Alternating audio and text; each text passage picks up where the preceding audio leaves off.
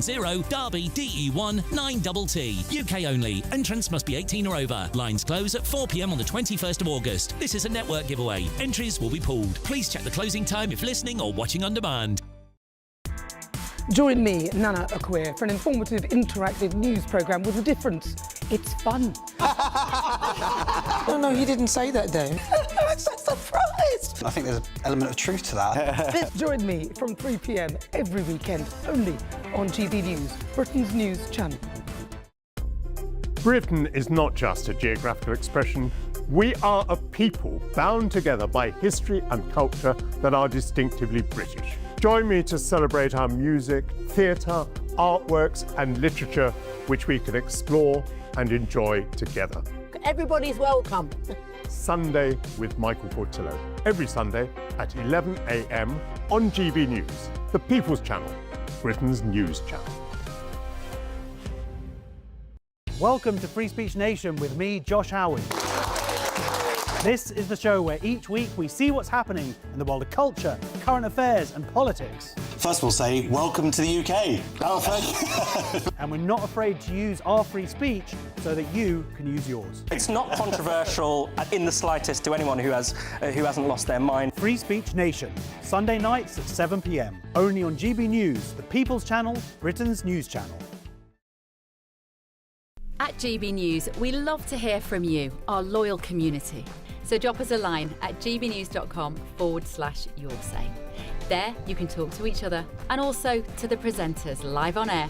gbnews.com/yoursay, because GB News is your channel, Britain's news channel. Breaking news, live updates, stories that matter. From the heart of the GB newsroom to every corner of Britain, with our team of dedicated journalists across the UK. GB News bulletins are there to deliver the latest news that matters to you. Bulletins on GB News, the People's Channel, Britain's news channel. I think GB News is completely unique in the way that we interact with our viewers. Our audience aren't afraid to have their say. They want their voices heard now, and they've got a channel where that can happen. I find more and more as I'm wandering around, people come up to me and they say, we saw you on television. I say, oh yes, on what? On GB News. Hello, are you the famous Sue? The whole crew hid me here now. We came to celebrate. It's our job to be the eyes and ears of the viewers. They are part of the GB News family, and I'm pleased to say it's a very large family. And if people go to the time and trouble of listening and watching, then we've got to do a good job for them. Well, I'm here, right in the epicentre of the protest. Here we go again. You just tuned in. Where have you been? It is raucous here tonight. That's what makes us the fearless champion of Britain.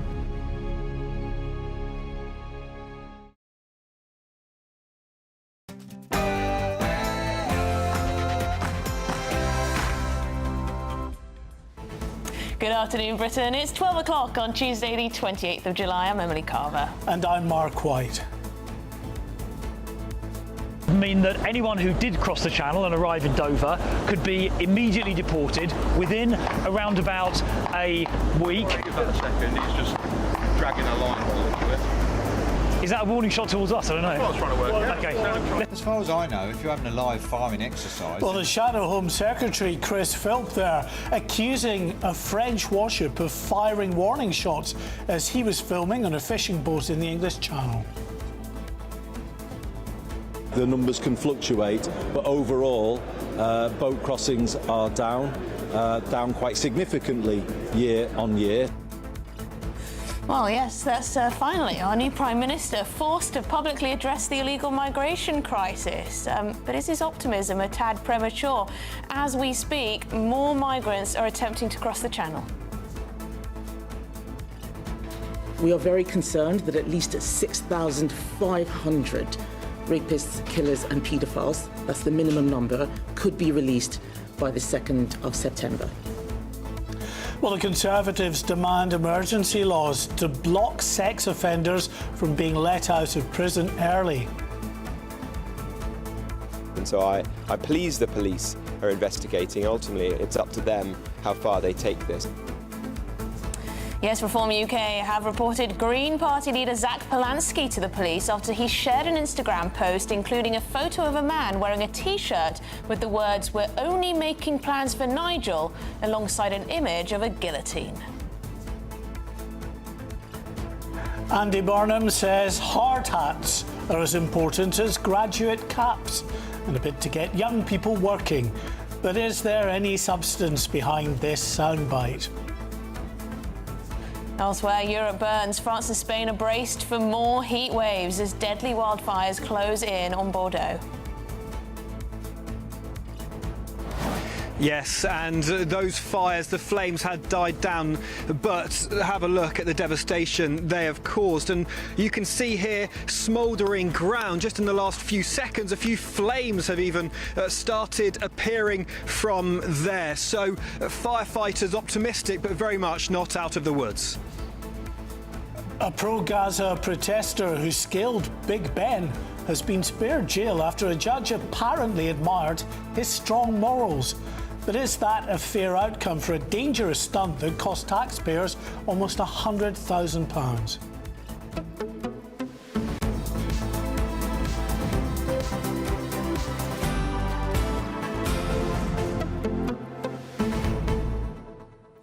Well, yes, the French firing intimidatory shots at our shadow Home Minister. Yeah, I mean, this is he's accusing them of, isn't it? A bizarre story. So we're going to start the show on this breaking news coming from Chris Philp, the shadow Home Secretary. He's out in the English Channel on a fishing boat. He's looking for illegal immigrants because today the weather is subsiding a bit and we are already seeing some attempts on the French coast. But it seems they got too close for comfort to a French warship, and that French warship bizarrely has responded by firing warning shots. Take a look at this clip. Oh, sorry, we don't have the clip right for you. You're going to have to wait for that clip. But is that the sort of thing a French warship should be doing? No. I mean, maybe Chris Philp's boat was a little bit in the way of their route. I mean, is that justification? Well, you remember last month there was an incident in which a Russian warship fired at a British yacht in the Channel. And that, the Russians said, was because that yacht was cutting across its path and getting very close. So you can see in these instances that should be the case. But that's normally preceded by radio messages saying, "You're too close, move back." Not just fire and then ask questions. Yeah, the skipper of the vessel that Chris Philp was on said that there was no message, no warning at all, just these more than a dozen shots fired. Well, we're going to speak to a border control expert very soon to find out exactly what on earth might have been going on there. Yeah. But GBNews.com/USA, do get in touch. But let's get to the headlines with Sam Francis.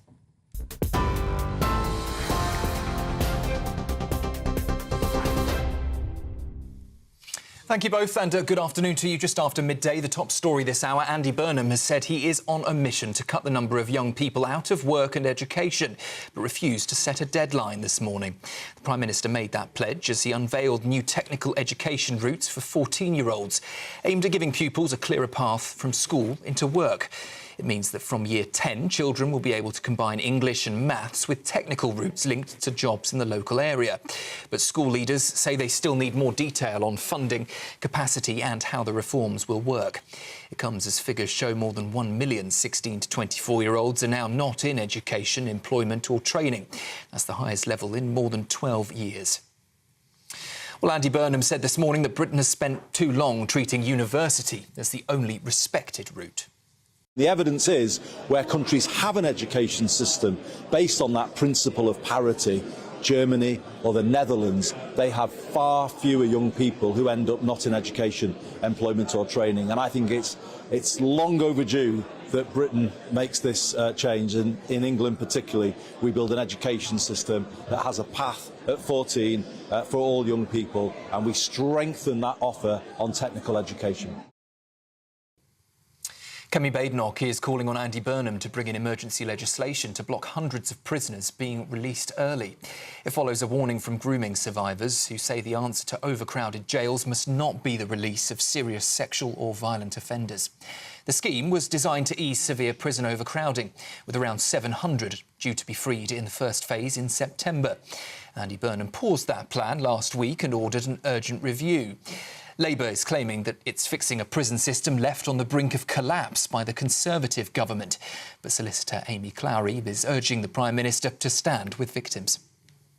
This is just another downgrade of survivors' rights, and Andy Burnham needs to take urgent action to make sure that perpetrators of serious sexual offences and violent offences are not released early under this new scheme. Firefighters are racing to control major wildfires near Bordeaux and Madrid today as another intense heatwave is threatening to make the crisis across Europe even worse. More than 300,000 people have been evacuated so far across France and Spain. In southwest France, crews west of Bordeaux say the fire has stabilised but is still not under control. Residents have described thick smoke there hanging over the city. In Spain, meanwhile, crews are also battling major fires near Madrid, where temperatures are expected to climb to 39 degrees this week. Here, Reform UK has reported Green Party leader Zach Polanski to police after he shared an Instagram post showing a man wearing a top with a guillotine and the name Nigel. The image appeared in a series of pictures from a Green Party event, which Mr Polanski had accepted as a collaboration post. Nigel Farage has since criticised him, saying if he had posted something as insightful, he would expect to be arrested. The Green Party says that Mr Polanski removed the post immediately and does not support what it called a dangerous message. And a small boost for shoppers as shop price inflation has slowed, helped by summer deals and retailers clearing their seasonal stock. Prices are now 0.9% higher than a year ago, with retailers offering summer promotions on food, clothing and on footwear. Food price inflation also eased slightly, although fresh food prices rose more quickly than the month before. Retailers are warning that cost pressures remain, though, with higher employment costs, packaging taxes, global instability and climate disruption, all making it more expensive to get products onto the shelves. Those are the latest headlines for now. I'll be back with you in around half an hour's time. Next, though, the midday markets. Taking the ups and downs in our stride. Stilts Home Lifts sponsors the GB News Finance Report. Just coming up to 9 minutes past 12, the markets for you. The pound will buy $1.3281 and €1.1694. The price of gold is at £3,029 per ounce, and the FTSE 100 is currently at 10,838 points. GB News Finance Report, brought to you by Stilts Home Lifts.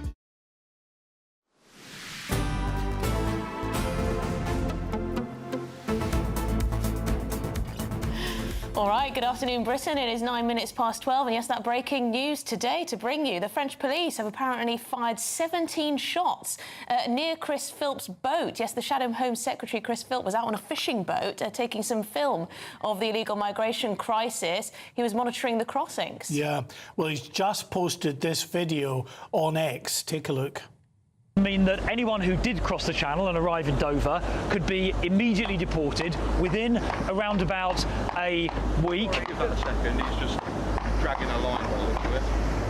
Is that a warning shot towards us? I don't know. That's what I was trying to work out. Okay. As far as I know, if you're having a live firing exercise, then that's always announced on the VHF to all the vessels in the vicinity, and they actually will give the position of where that's going to take place. And I didn't hear there's been nothing announced on the VHF from what we've heard this morning. We've been out since 6 o'clock. Yeah. So it sounds like it might have been an effort to intimidate us. It could well have been. It might have just been a little bit of a warning shot and maybe just trying a bit of show of force or something.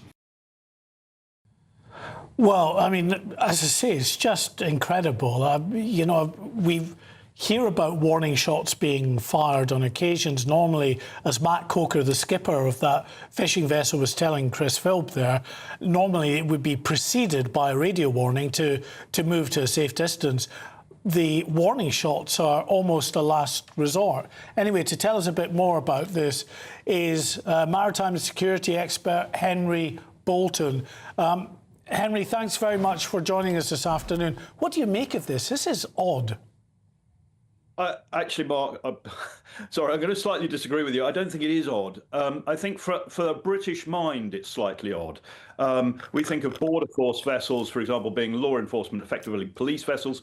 The French vessels are operated by the gendarmerie, which is part of the Ministry of Defence, and technically these are warships. They are fighting vessels. They carry out law enforcement functions in peacetime, but they are they are warships. They're fighting vessels, and I would suggest that anybody who brings a vessel, a fishing vessel, or anything else within that distance of a warship is inviting warning shots.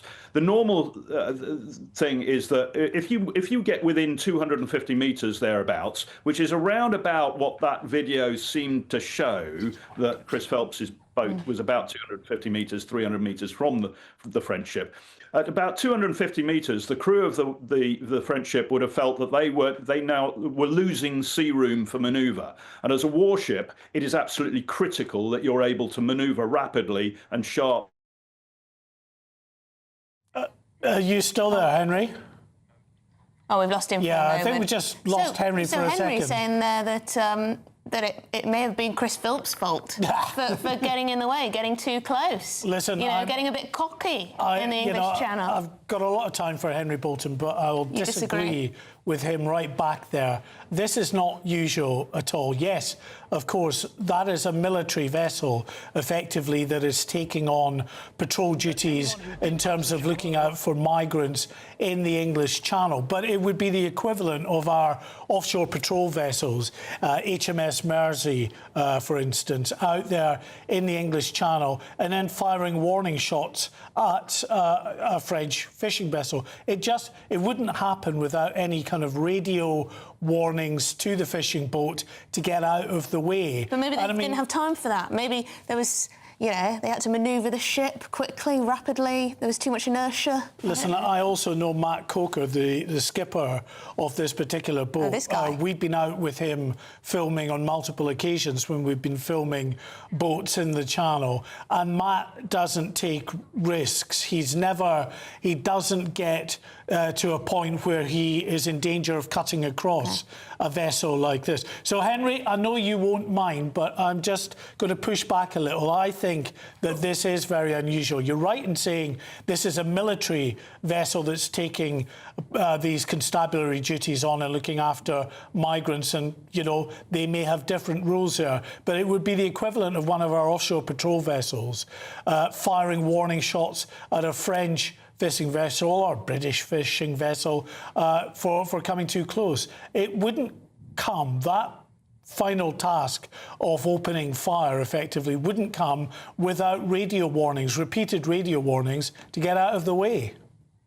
On that, Mark, I entirely agree. And sorry, I think I got cut off briefly there somehow. But I don't know. I wasn't on board the fishing vessel, but we've also got to consider that actually the port of Dover, for example, which is a lot of, when ships are around the port of Dover, they're often on VHF channel 74, and the French broadcast their warnings on VHF channel 16, which is the emergency channel used in the emergency radio channel used in the English Channel.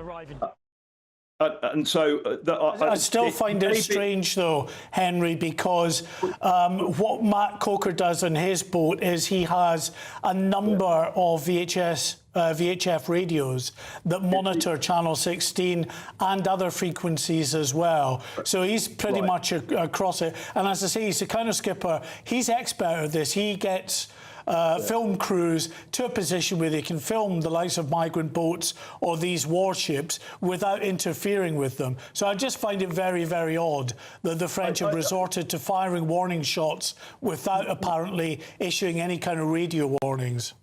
Mark, don't misunderstand me. Absolutely, there should have been both radio warnings and there should have been visual warnings before they opened fire. Now, I don't know whether those warnings were given in some way they were missed. Somebody didn't see them, somebody didn't hear something. I have no idea. But that absolutely, there should be a radio warning, there should be visual warning, and then there should be then there's a legitimate case at the sort of distance, because I would expect a radio warning far further out. I'd expect it at 900 meters to a kilometer out from the warship. Well, you know, obviously Chris was a lot closer than that, so I don't know whether some signals were missed or what. That's all I'm saying. But at that distance, if they were missed, then the shots are valid. The other thing is, just as a general comment. Very quickly, Henry. Yeah, I understand everybody wants to see what's going on in the channel, fully legitimate. However, approaching an armed warship at sea is always something that you should take care in doing. So, especially the French, we know what they're like. Bit trigger happy, Henry. Thank you very much for that. Thank you, Henry Bolton. I really appreciate your time on this. Security and border expert there, Henry Bolton. OK, so perhaps Chris Philp missed a warning on the old radio, maybe? As You're I not say, convinced, are you? I know Matt Coker. You're not he's a very convinced. experienced skipper.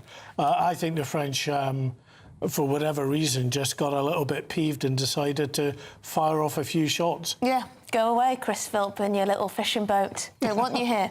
Anyway, in other news, well, in related news, a week in office, and finally Andy Burnham has spoken about the small boats crisis. Yes, nearly 1,000 migrants have arrived in these small boats since he took office, and he was forced to address them today. Let's take a listen.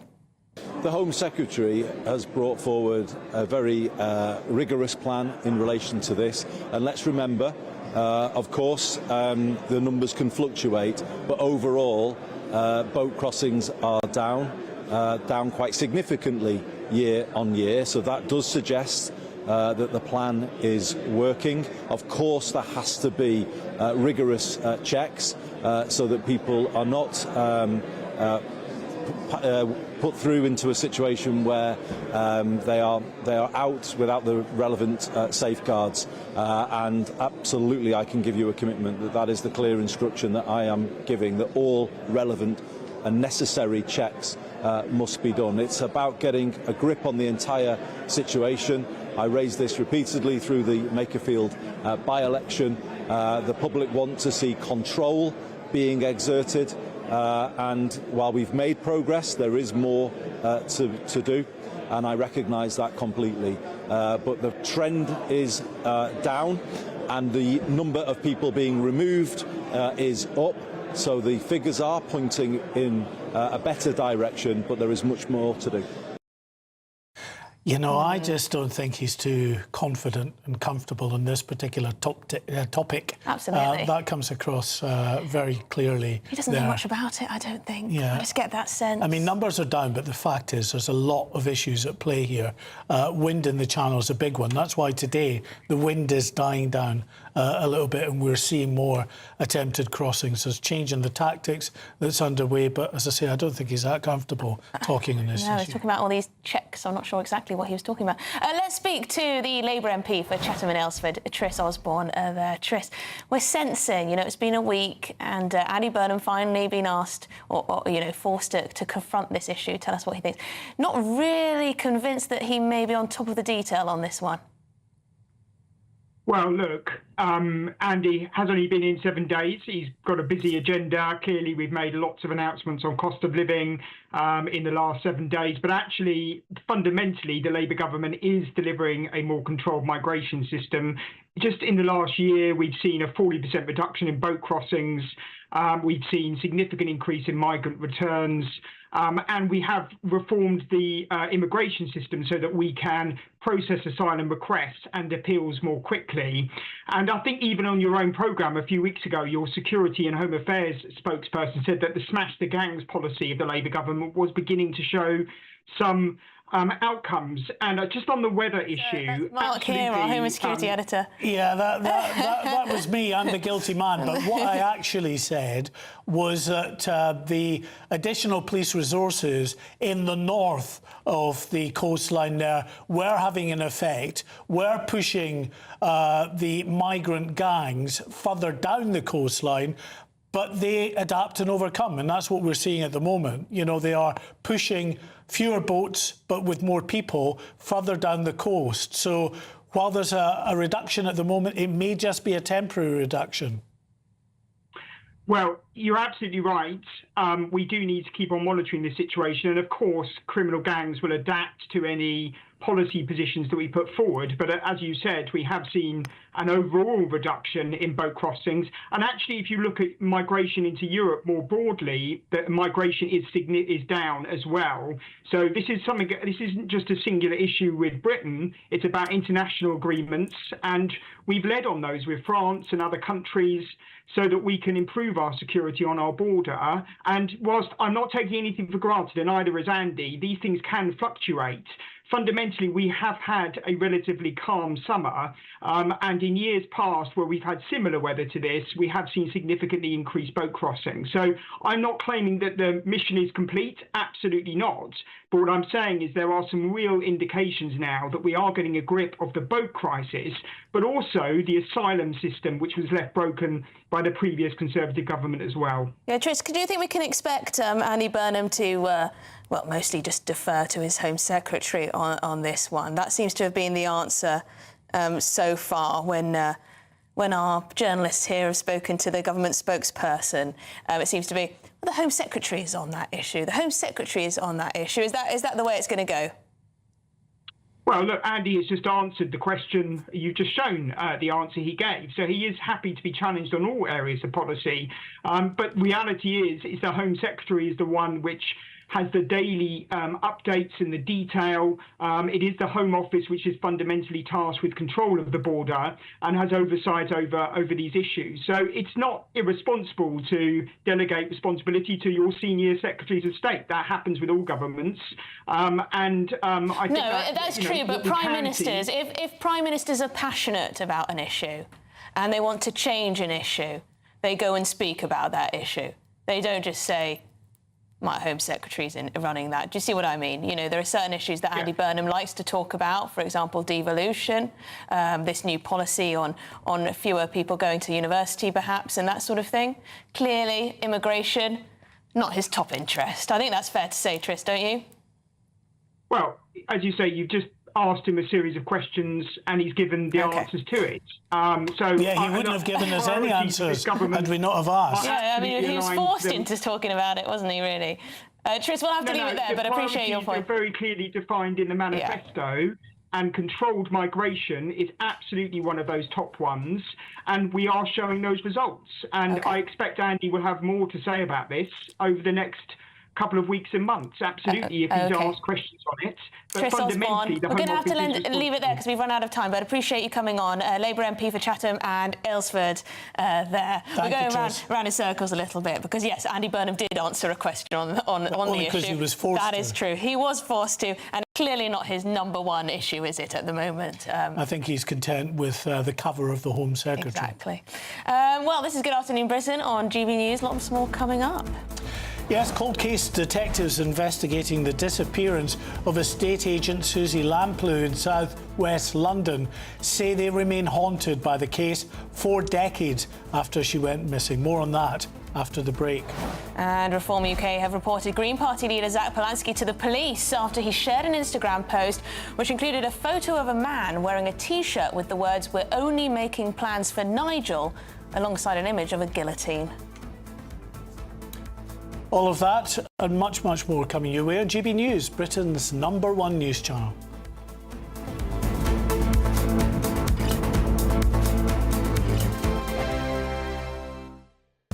Exciting news. Every Friday, my Patrick Christie's Tonight Show is going to have a twist to it. We're welcoming some special guests. You. That's right, on Fridays I'm going to be doing my show in front of a live studio audience because this show is about you and what you have to say. It's going to be the same big debates, same big topics, same big opinions, but every Friday night at 9 p.m. you are invited to come on down to Patrick Christie's Tonight to be a part of the action. Only on GB News, the People's Channel, Britain's news channel.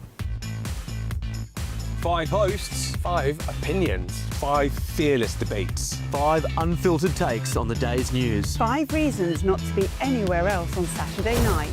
This is the Saturday Five. You got me. You got me good there. Britain's biggest Saturday night TV show. It's not a bad brand. Yeah. Uncensored. Very, very racy tonight. On the unpredictable. What does she say? Can you translate it for us? And always entertaining. And how can a country go from being led by William Wallace to Saturday nights from 6 p.m. only on GB News, the People's Channel. Britain's news channel. You're going to want to stay tuned, trust me. Welcome to Free Speech Nation with me, Josh Harwood. This is the show where each week we see what's happening in the world of culture, current affairs and politics. First we'll say, welcome to the UK. Oh, thank you. And we're not afraid to use our free speech so that you can use yours. It's not controversial in the slightest to anyone who hasn't lost their mind. Free Speech Nation, Sunday nights at 7 p.m. Only on GB News, the People's Channel, Britain's news channel. As soon as it hits 11 and the headlines come in, The Late Edition brings you the breaking news from all the front pages. because the news is going to happen. So get a head start today. Patrick Christie's Tonight, Late Edition. Alex Armstrong Tonight, Late Edition. From 11 o'clock every night. Only on GB News, the People's Channel, Britain's news channel. You want to know what's really going on in the corridors of power? Labour don't know what to do with you half the time, and that makes you quite lethal in the chamber. Get behind the headlines with Chopper's political podcast. Join me, Christopher Hope, as I sit down with the great and the good of British politics. We'll see where this ruling takes us. These are the stories shaping our nation. Chopper's political podcast, available now on all platforms. Listen in and stay ahead. Here at GB News, we made a promise to tell your stories. And on the 6th of August, we're marking 5 years of doing exactly that. Celebrate with us by having your say. Join in the debates live on TV and radio. And meeting your favourite presenters across the country, from Leeds to Aberdeen, from Belfast to Barry Island. Plus, join me in Essex for our biggest live show of the year. Scan the QR code or visit gbnews.com/celebrate. Terms and conditions apply.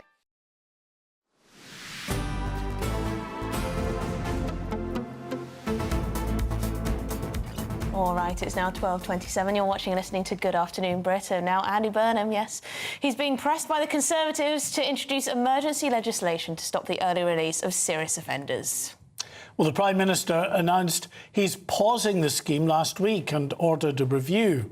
But during the press conference, the Conservative leader, Kemi Badenoch, warned of the early prison release. Let's take a listen.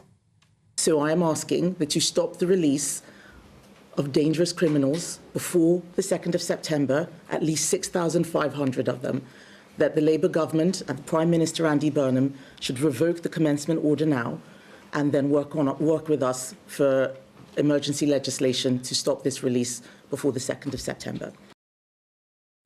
OK, joining us now is GB News Deputy Political Editor Tom Harwood. Kemi Badenoch there demanding an end to this early release scheme.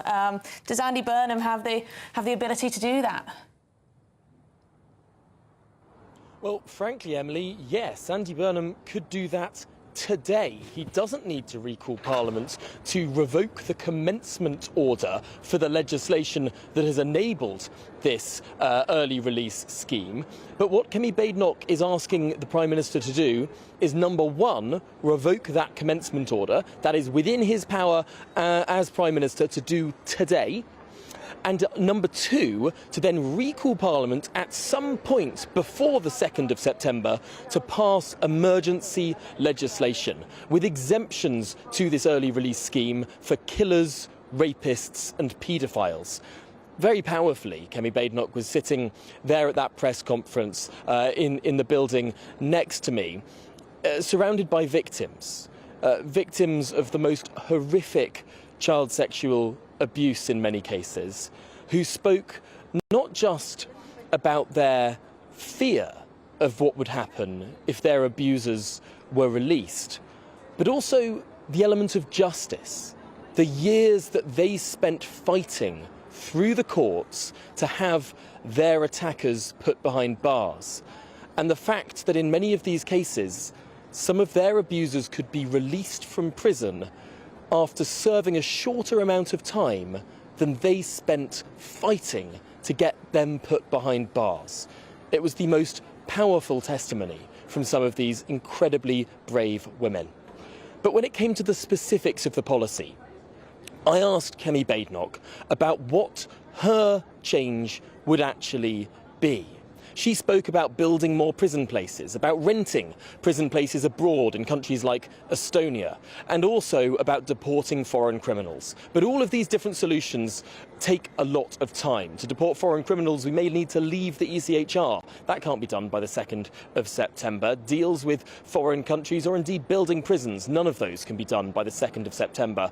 I asked Kemi Badenoch, would she be willing to see early release of other kinds of criminals, shoplifters, dangerous drivers, for instance, as she mentioned earlier in the press conference. Would that be a compromise she would be willing to make? Here's what she said.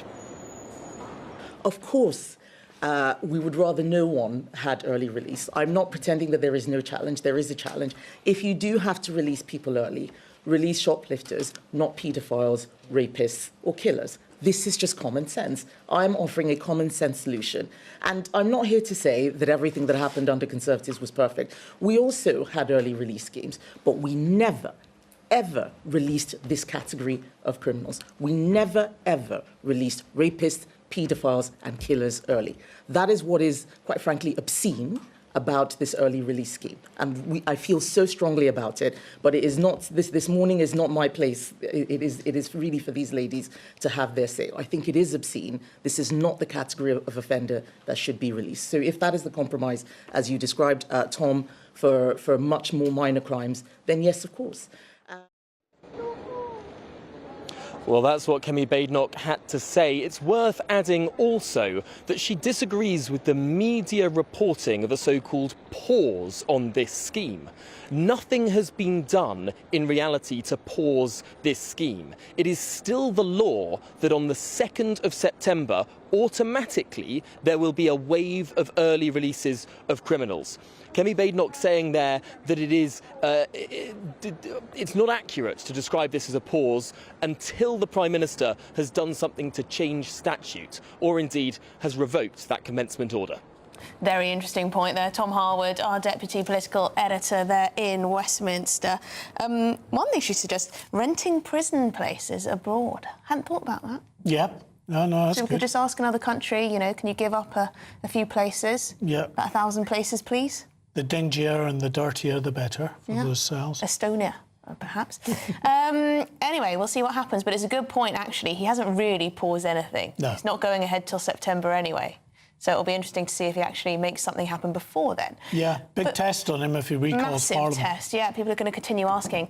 In other news, Reform UK, yes, they've reported Green Party leader Zach Polansky to the police after Zach Polansky shared an Instagram post showing a man wearing a top with a guillotine and the name Nigel. Well, the image appeared in a series of pictures from a Green Party event, which Mr Polansky had accepted as a collaboration post. Yes, we would just say that it said, what did it say? We're making plans for Nigel, which is different from just saying Nigel. It's a play on an old song from the 70s, I think. Yeah, so but could the it image be... was a sinister one. You can see why people might think it was incitement. But joining us now is reporter at Reason magazine, Reem Ibrahim. So Nigel Farage and the Reform Party have gone to the police about this. Your thoughts? They have, and I think it's an incredibly unprincipled decision.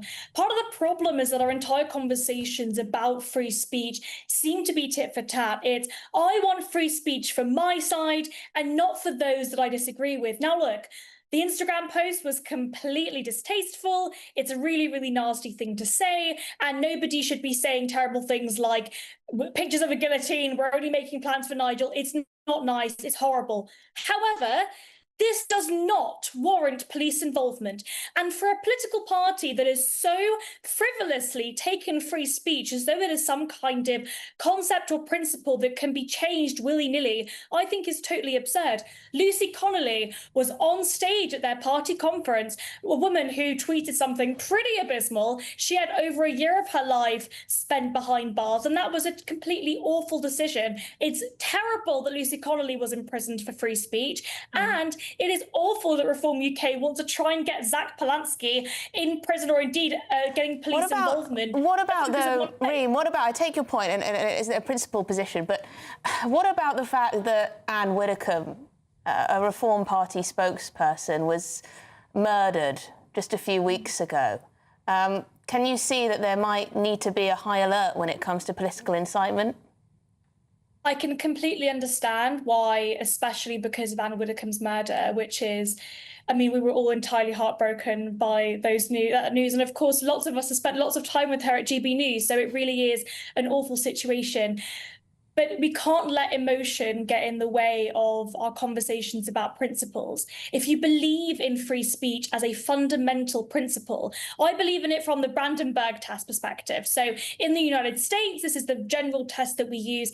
If it is the case that language can create imminent lawless action, so it is imminent, it is going to happen soon, and that person will then be reacted in that way, and it will create lawless action. And of course, there is intent, then there is grounds for police action. That is obviously not the case with this T-shirt meme. It was obviously not the case with Lucy Connolly's tweet. And I do think that this tit for tat, this sort of double standard that we have. Now, look, the police absolutely do have a double standard here. You know, if the police do not arrest Zach Polanski and put him in prison for a year, you know, this is a different application of the law with Zach Polanski and with the Greens than it is with Lucy Connolly.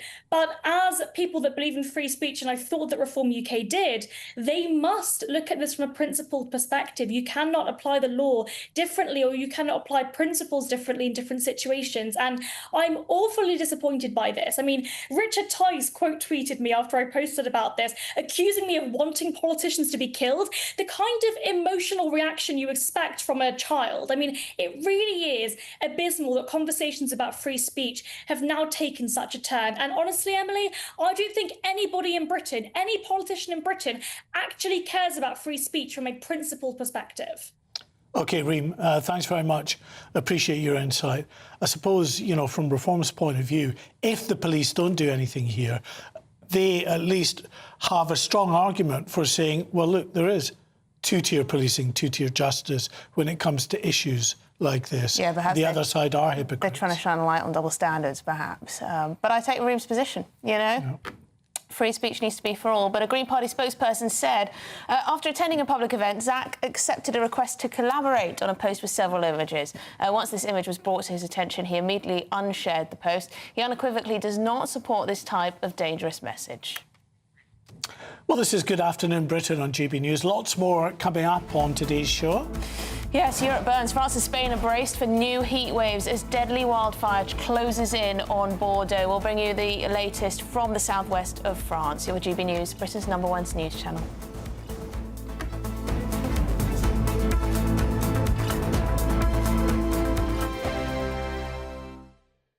Hello there, good morning. Welcome to your GB News weather update from the Met Office.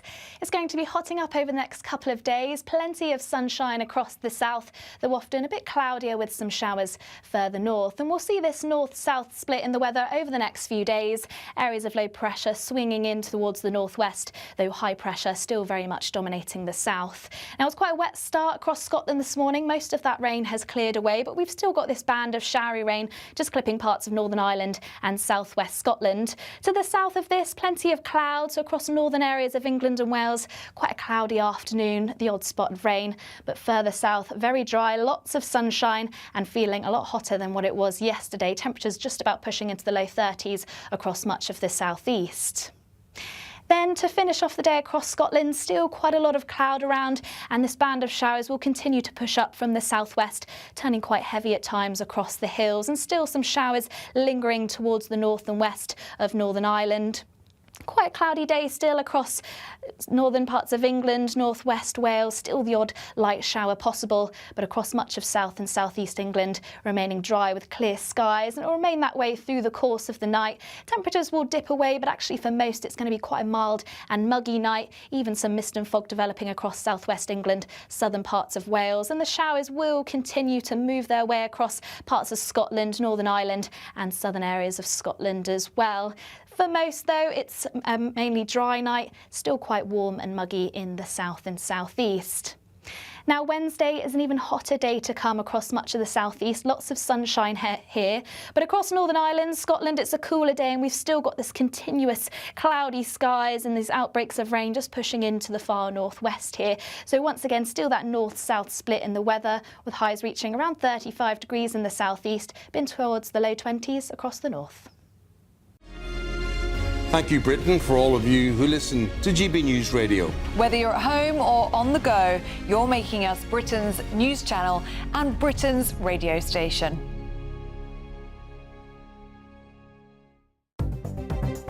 Good afternoon, this is the latest AI travel news from GBnews.com. The M25 clockwise between junctions 14 and 15 near Heathrow has a collision causing slow traffic. The M1 southbound is closed between junctions 15 and 14 near Milton Keynes. The A1 northbound is closed after the A139. In Scotland, the A720 westbound has lane restrictions between the A7 at Sheriff Hall roundabout and the A68 at Miller Hill Junction, causing queues. And on the trains, cross-country services are disrupted between Newton Abbot and Paignton and between Leicester and Nuneaton, with East Midlands Railway running a reduced service. For more travel news, go to gbnews.com.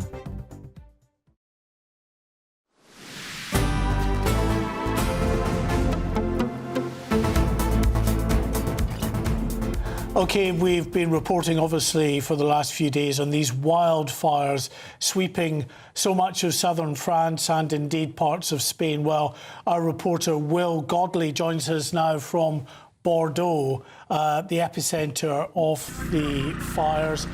Will, what can you see?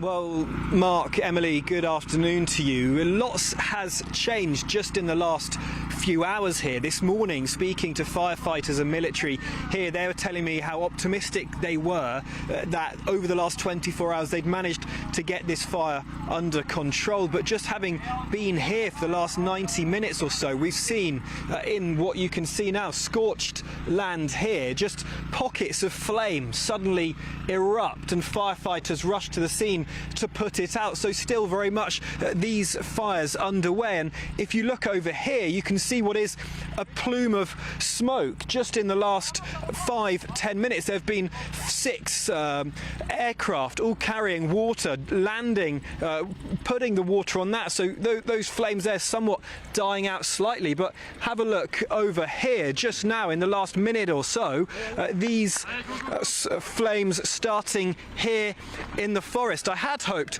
to speak to Eric here, who's just run off. That must mean that a fire has started. They've been monitoring reports of fires in this area here. Now, this group of people, they're not firefighters, they're all local people. Some of them actually not local. One chap I was speaking to has come all the way from Normandy to come and help them stop the flames from spreading here. Where we are right now is about 9 miles away from Bordeaux. This very much is the closest the flames are getting to the city, where evacuation plans have been drawn up already in this area, and going out to the coast, over 250,000 people have been evacuated. And in this area there are some 40,000 British expats living here as well. So very much is not only a place where Brits like to live, but also somewhere people come on holiday from the UK as well. Many people have had to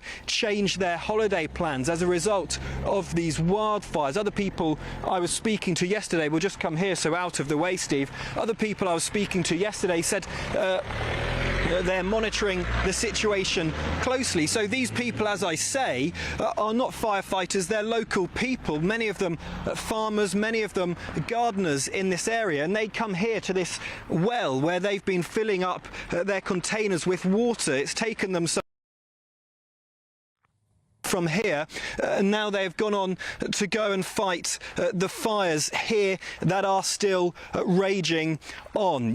What is striking is just how dry the ground is, and a little bit earlier on I was standing on this parched land over here. We'll just show it, and taking a few steps onto it, you're just hit with a blaze of heat. A wall of heat hits you because the ground still is incredibly strong. People who are putting water on some of the ground and immediately steam is formed because the ground is so hot. And that really is the issue here. Although the flames have stopped, and you can see how high these flames went on the tree lines, the blackened tree trunks, all the leaves of the trees burnt away. You can see at the tops of the trees they are still there, but further down there are no more. Those flames have retreated for now, but the issues really are expected to come in the next coming hours, because those heatwave conditions starting again from about 3 o'clock onwards, where it's expected to be 35, 36, 37 degrees here. And that's where the real worry comes in, that those flames will reignite, sparks will cause fires to start again. And the winds blowing into the country towards Bordeaux, that's really where officials do not want this fire going. Yeah, that weather is not letting up with those high temperatures. Well, Godley, thank you very much indeed. Very interesting to see the men there getting into action very quickly, and off they go in their vans full of water to try and protect the area. Yeah, we'll keep us right up to speed with any further outbreaks in that area. I mean, how long does it take for areas, you know, forest areas, to recover from this kind of thing? I guess how long is a piece of string? Who knows? But I mean, it is all, we're told, part and parcel of the natural process as well. You get these fires that sort of clear an area, and then you get, you know, new growth bursting through again. But it's fairly devastating, obviously, if it's an area that is being farmed and if it's an area where people are housed as well. Yeah, absolutely. Well, this is Good Afternoon Britain. There's some more picture for you. That's from Spain, actually. This gives you an impression of how vast these wildfires are. Yeah, I mean, awful for wildlife as well, that, you know, doesn't necessarily have anywhere to escape to. So. Although I remember I was in the other side of the south of France, Côte d'Azur, and there were wildfires there, and it did actually recover quite quickly. Sort of by the next year or two, it was looking all lush and green again, but we'll see in this case. Well, this is Good Afternoon Britain on GB News, and we do have lots more coming up for you. Yes, locals in a Norfolk town fear the area is becoming one giant old people's home amid ongoing plans for an 8th care home in the town. They don't want it. They don't want it, Mark. If you're in search of some holiday sun, why would you? Because there's a lovely heat wave right here in the UK. But if you are, here's some of your European top destinations. Ready to soak up that holiday sunshine? Won't we need some cover? No worries. All sorted. All Clear Travel Insurance sponsors GB News Travel Destinations Forecast.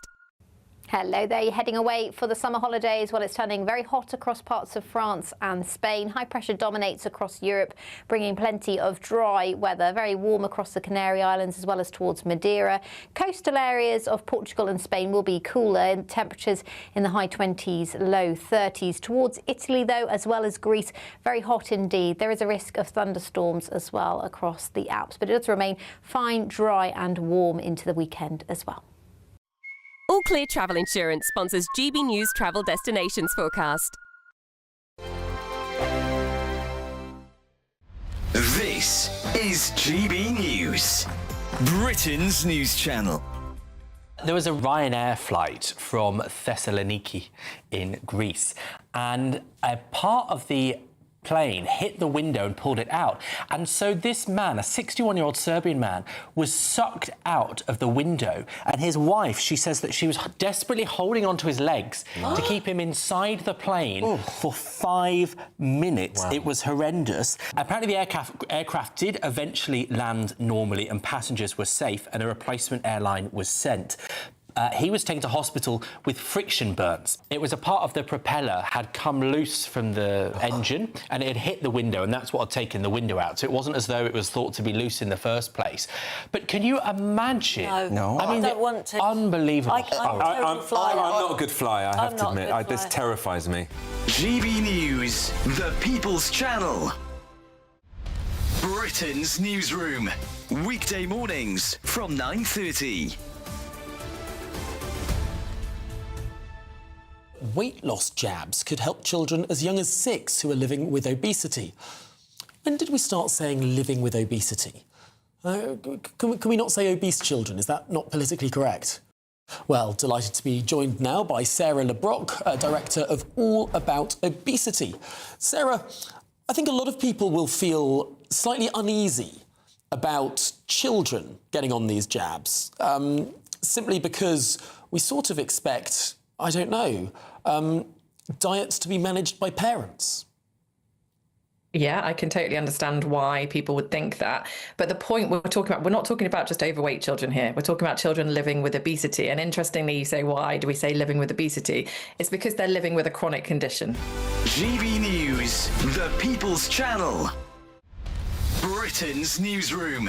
Weekday mornings from 9:30. What does this kind of day mean to you, kind of coming and doing this every year? Well, I feel that I'm doing this for my wife because she used to sell poppies properly, really, and I used to help her for 20 odd years. And I feel like I'm doing it for her, really. But it is nice to think that everybody appreciate what we did for being in the forces. But tell me about your service, because you got sent out to the Far East, didn't you? Yes. I just got engaged because I didn't think I was going to get called up, but then I did.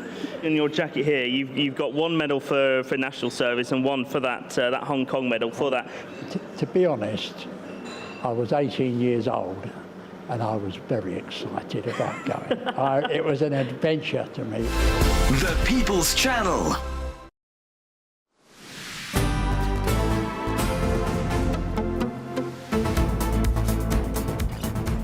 Welcome back to Good Afternoon Britain. Now, this next item is something close to my heart, obviously, an ageing old reporter-presenter that may well be heading to a care home in the near future. Well, I hope not. Well, I'll look after you, Mark. I'll take you in. Thank you. Yes, there's a planning row brewing in South Norfolk after fresh proposals for another care home, for yet another care home near Diss. Yeah, so listen, the town of Diss, it's only 7,000 population. It's a very small town, and it already has 7 care homes, and now they're proposing an 8th care home. It seems a tad excessive. Yeah, so people are a bit worried that essentially this is going to hamper economic growth, and it's just going to become an old person's town. Apparently already a quarter of people living there over 65, which is quite a high proportion. So add in another care home and it'll attract even more older people. And then what have you got? The whole town's a care home. Diss, the town where people go to die. That would be terrible.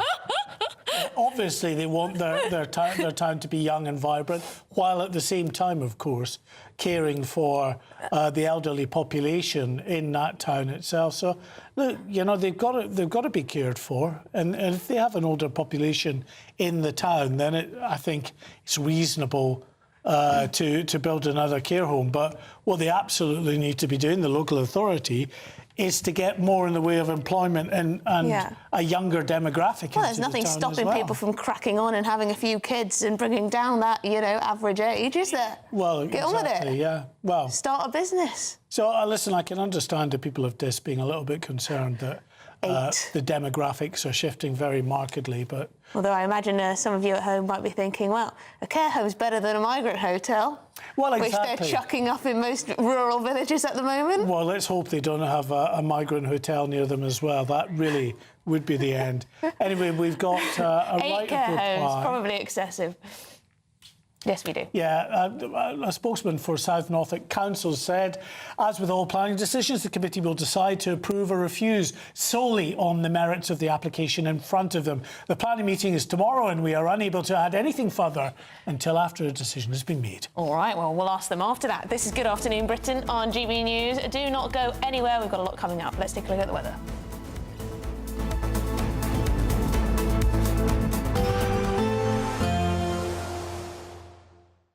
Expect warm spells with the odd rude interruption. Box Boilers sponsors the weather on GB News. Hello there, good afternoon. Welcome to your GB News weather update from the Met Office. Looking ahead, it's often going to feel a bit cooler under cloudier skies, but for many it's set to be a hotter day tomorrow. And if you're not a fan of the heat, well, it is a brief hot spell before temperatures start to come back down towards the end of the week. But we'll often find this north-south split, low pressure towards the north, but high pressure holding on in the south. So often clear skies towards southern areas of England and Wales, but we'll continue to see cloud and outbreaks of rain across much of Scotland, parts of Northern Ireland, and at times northwest England. And under even cloudy or clear skies, it's going to be a warm and muggy night to come. Some areas in the south not dropping much past 18 to 19 degrees, more between 15 to 17 degrees further north. So it's certainly going to be a warm start for many of us heading into tomorrow.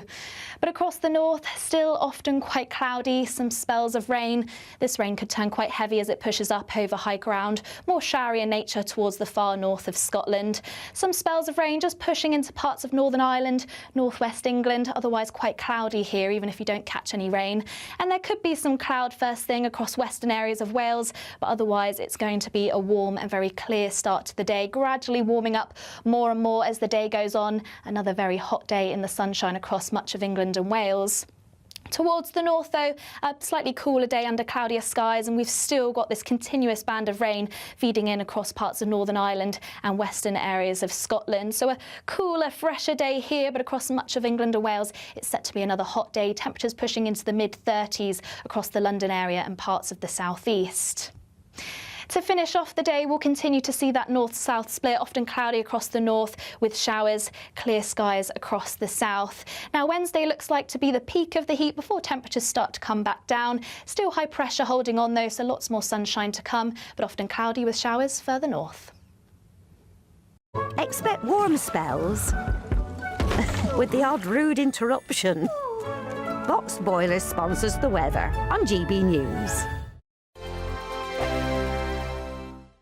We're celebrating a golden summer with a terrific two-part Great British giveaway. First, you could win a sensational £60,000 in tax-free cash. And that's not all, as you'll also win our most precious prize to date, a fine gold bar worth over £5,000. For a chance to win, text GOLD to 63225. One entry costs £2.50 plus one standard network rate message. Or text BONUS to 63225. 5 entries cost £5 plus one standard network rate message. Go to gbnews.com/win. Entry start at £2.50. Call 0903 686 3232. Calls cost £2.50 plus your network access charge. Or post your name and number to GB22 PO Box 8690 Derby DE1 9TT. UK only. Entrance must be 18 or over. Lines close at 4 p.m. on the 21st of August. This is a network giveaway. Entries will be pulled. Please check the closing time if listening or watching on demand. Good luck.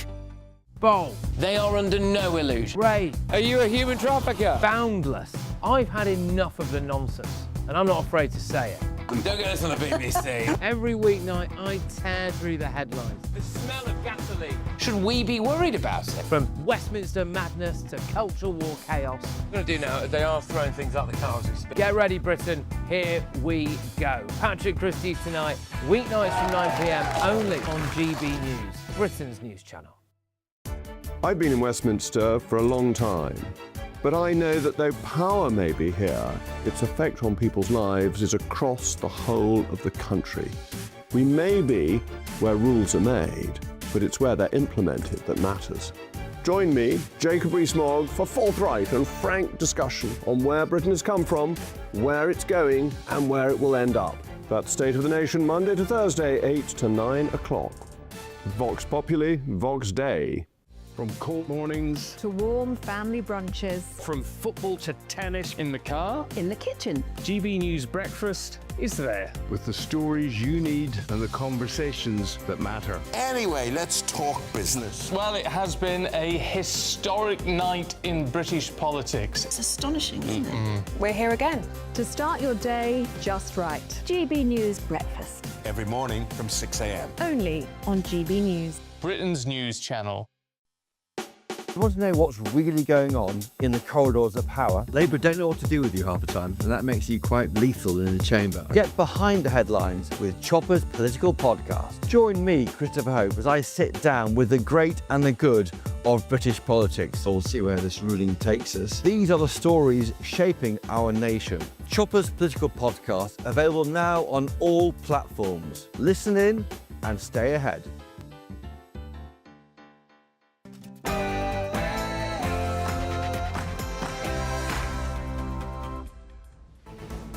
Well, good afternoon, Britain. It's 1 o'clock on Tuesday, the 28th of July. I'm Mark White. And I'm Emily Carver. Mean that anyone who did cross the channel and arrive in Dover could be immediately deported within around about a week. Give that a second, he's just dragging a line by the look of it. Is that a warning shot towards us? I don't know. I was trying to work. Yes, that's the Shadow Home Secretary, Chris Philp. Well, he's accused a French warship of firing warning shots as he was filming on a fishing boat in the English Channel. The numbers can fluctuate, but overall, boat crossings are down quite significantly year on year. Well, finally, you'll never believe it, our Prime Minister has been forced to publicly address the illegal migration crisis. But is his optimism a tad premature? As we speak, more migrants are attempting to cross the channel.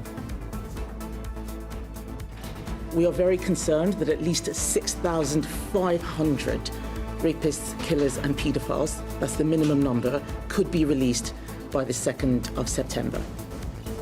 Yes, there you go, the Conservatives piling on the pressure. They're demanding emergency laws to block sex offenders from being let out of prison early. Kemi Badenoch says that the proposed pause by Andy Burnham is no such thing, unless there are legal changes to enact it. That's as she sits with victims and survivors who are pleading with the Prime Minister to change course. And so I'm pleased the police are investigating. Ultimately, it's up to them how far they take this. Reform UK have reported Green Party leader Zach Polanski to the police after he shared an Instagram post including a photo of a man wearing a T-shirt with the words, "We're only making plans for Nigel," alongside an image of a guillotine. Yes, Europe burns. France and Spain are braced for new heat waves as deadly wildfires close in on Bordeaux. We're there. A pro-Gaza protester who scaled Big Ben has been spared jail after a judge apparently admired his strong morals. But is that a fair outcome for a dangerous stunt that cost taxpayers almost £100,000? And breaking news today, many are feared dead inside a destroyed shopping mall after a 7.1 magnitude earthquake struck southern Japan. Tsunami warnings are now in place. We'll bring you the latest.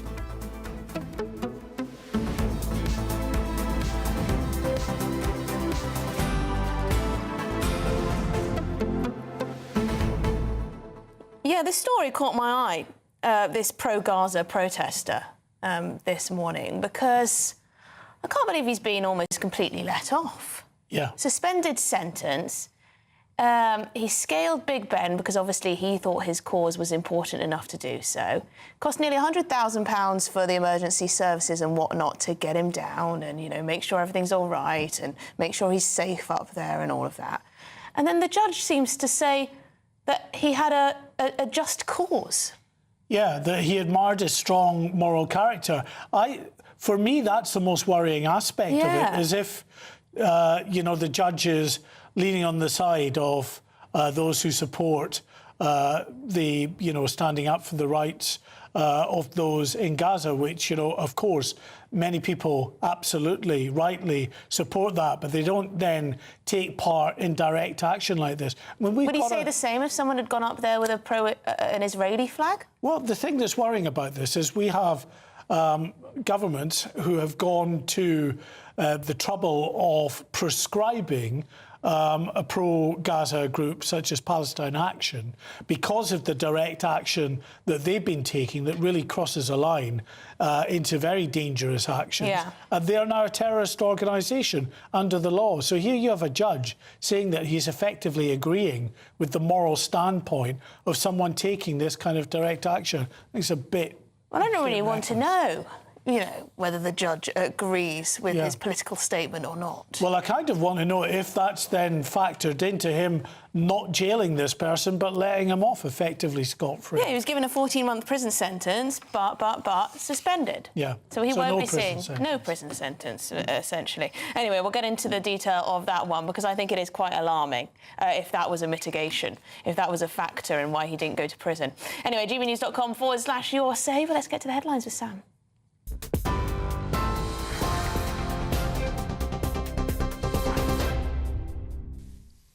Thank you very much. A very good afternoon to you. The top story this lunchtime, Andy Burnham has said he is on a mission to cut the number of young people out of work and education, but refused to set a deadline today.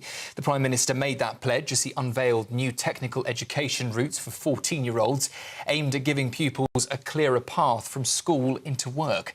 From Year 10, children will be able to combine English and maths with technical routes linked to local jobs. But school leaders say they still need more detail on funding, capacity and how the reforms will work.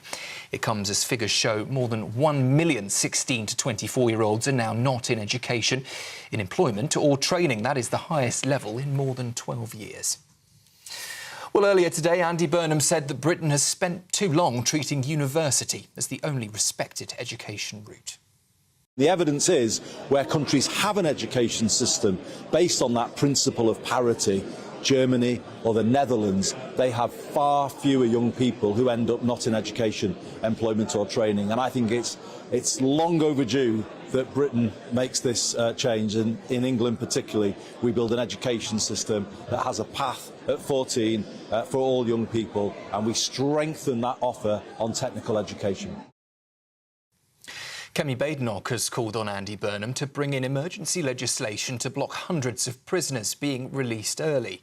It follows a warning from grooming survivors who say the answer to overcrowded jails must not be the release of serious sexual and violent offenders. The scheme was designed to ease severe prison overcrowding, with around 700 due to be freed in the first phase in September. But the Prime Minister paused that plan last week and ordered an urgent review. Labour's claiming it's fixing a prison system left on the brink of collapse by the previous Conservative government. But solicitor Amy Clowry is urging Andy Burnham to stand with victims. This is just another downgrade of survivors' rights, and Andy Burnham needs to take urgent action to make sure that perpetrators of serious sexual offences and violent offences are not released early under this new scheme. Firefighters are continuing to race to control major wildfires near Bordeaux and Madrid as another intense heatwave is threatening to make the crisis worse. More than 300,000 people have been evacuated across France and Spain in recent days. In southwest France today, crews west of Bordeaux say the fire has stabilised but is still not under control. In Spain, meanwhile, crews are also battling major fires near Madrid, where temperatures are expected to climb to 39 degrees. Spain's Prime Minister has said the coming days will be especially complicated, with hotter weather making it harder to put out existing fires and increasing the risk of new ones. And with no rain forecast until at least Friday, officials warn this could be a critical window in stopping flames from spreading again. And here, Reform UK has reported the Green Party leader Zach Polanski to police after he shared an Instagram post showing a man wearing a top with a guillotine and the name Nigel. The image appeared in a series of pictures from a Green Party event, which Mr Polanski had accepted as a collaboration post. Nigel Farage has since criticised him on X, saying if he had posted something as insightful, he would expect to be arrested. The Green Party, though, says that Mr Polanski removed the post immediately and does not support what it called a dangerous message. Those are the lunchtime headlines. Next, a look at the markets. Taking the ups and downs in our stride. Stilts Home Lifts sponsors the GB News Finance Report. Just coming up to 9 minutes past 1, the markets for you. The pound will buy $1.3281 and €1.1694. The price of gold is £3,029, that's per ounce. And the FTSE 100 is currently trading at 10,838 points. GB News Finance Report, brought to you by Stilts Home Lifts.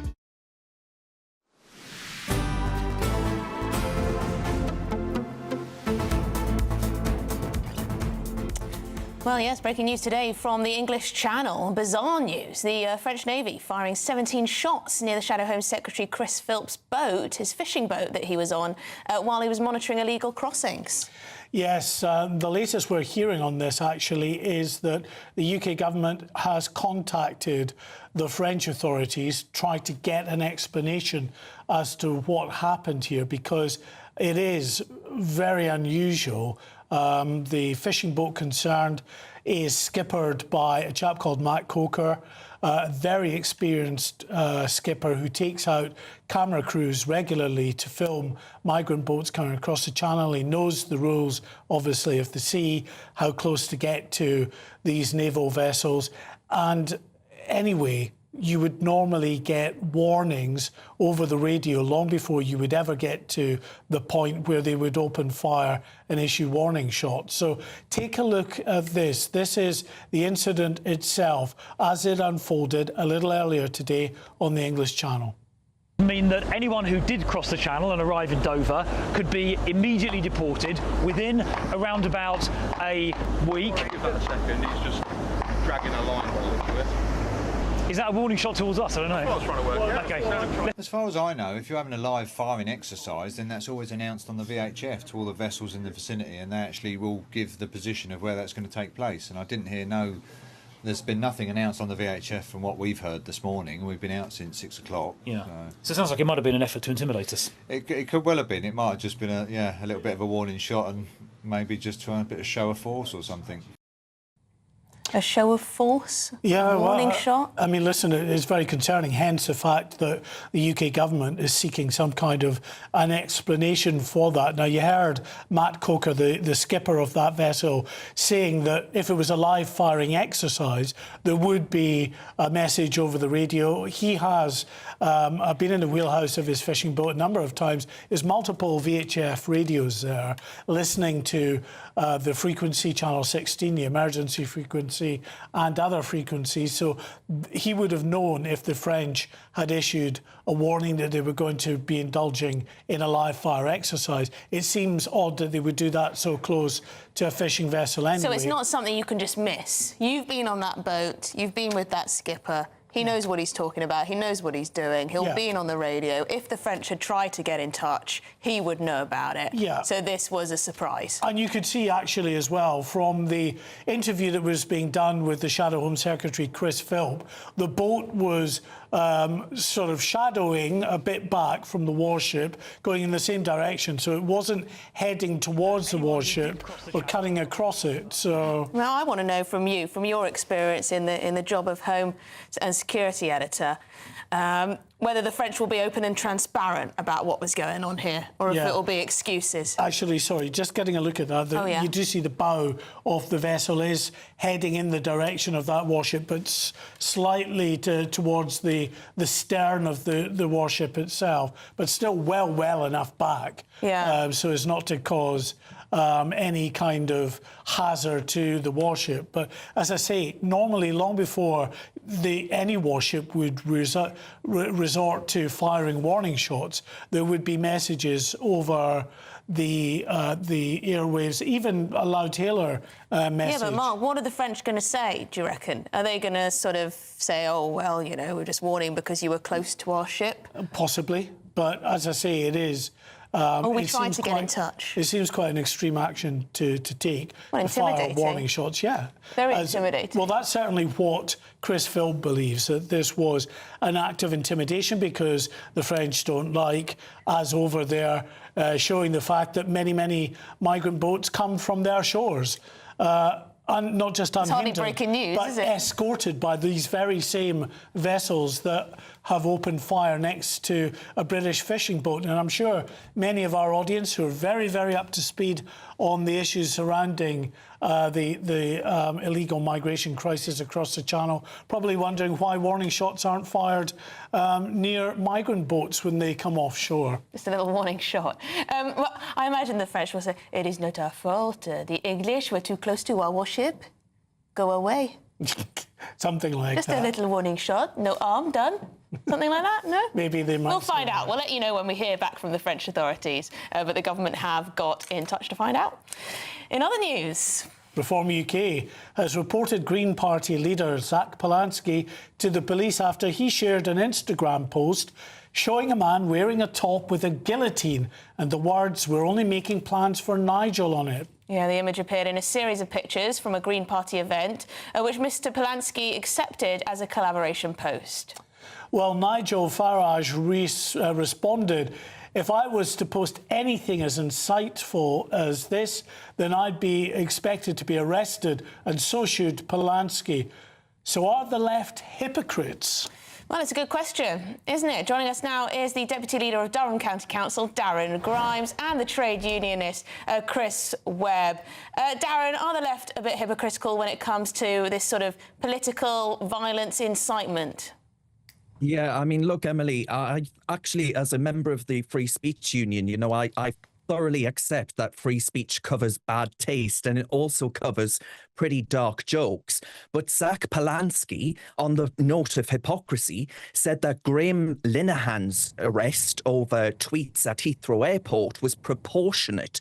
So if we use Polansky's own ruler and not my own, when it's a comedy writer joking about trans activists, it's totally acceptable and it's off to the cells with you. But when a guillotine carrying Nigel's name goes out through his own account, he's suddenly a musicologist, you know, walking us through the intricacies of the back catalogue of a band called XTC. And the defence is that he accepted 20 photographs without actually looking at them, just ticking them away. That's not an alibi. To me, it's actually an admission. This is a party that wants to audit your boiler, regulate your car, interfere with your Sunday roast, decriminalise Class A drugs and tax you out of your one holiday a year. But the only thing in Britain they would leave completely unregulated is the leader of their party's Instagram account. I don't know about you two, but I ain't buying it. Well, Chris Webb, especially in the light of the murder of Anne Widdecombe, this posting was, at the very least, in very, very bad taste. I think, first of all, the murder of Anne Widdecombe was absolutely shocking and disgusting, and I'm sure we all send love to Anne's family and friends and anyone who knew her. I think some of the stuff Darren said there is just so wild, it's unbelievable. I can think of 5,000,001 reasons at least why Nigel Farage wants to blow this up. 5 million of them would be linked to crypto pounds, and the other one would be that his sham by-election is now seeing him arguing. OK, with careful, we can't talk about the by-election. OK, well, that's a fact. And the issue here is, for me, it shows that the Green Party is amateurish. It shows a bit of a poor organisation. But let's not blow this out of water. It was a post that was accepted. I mean, Darren himself has used AI images of Keir Starmer sailing boats across the channel.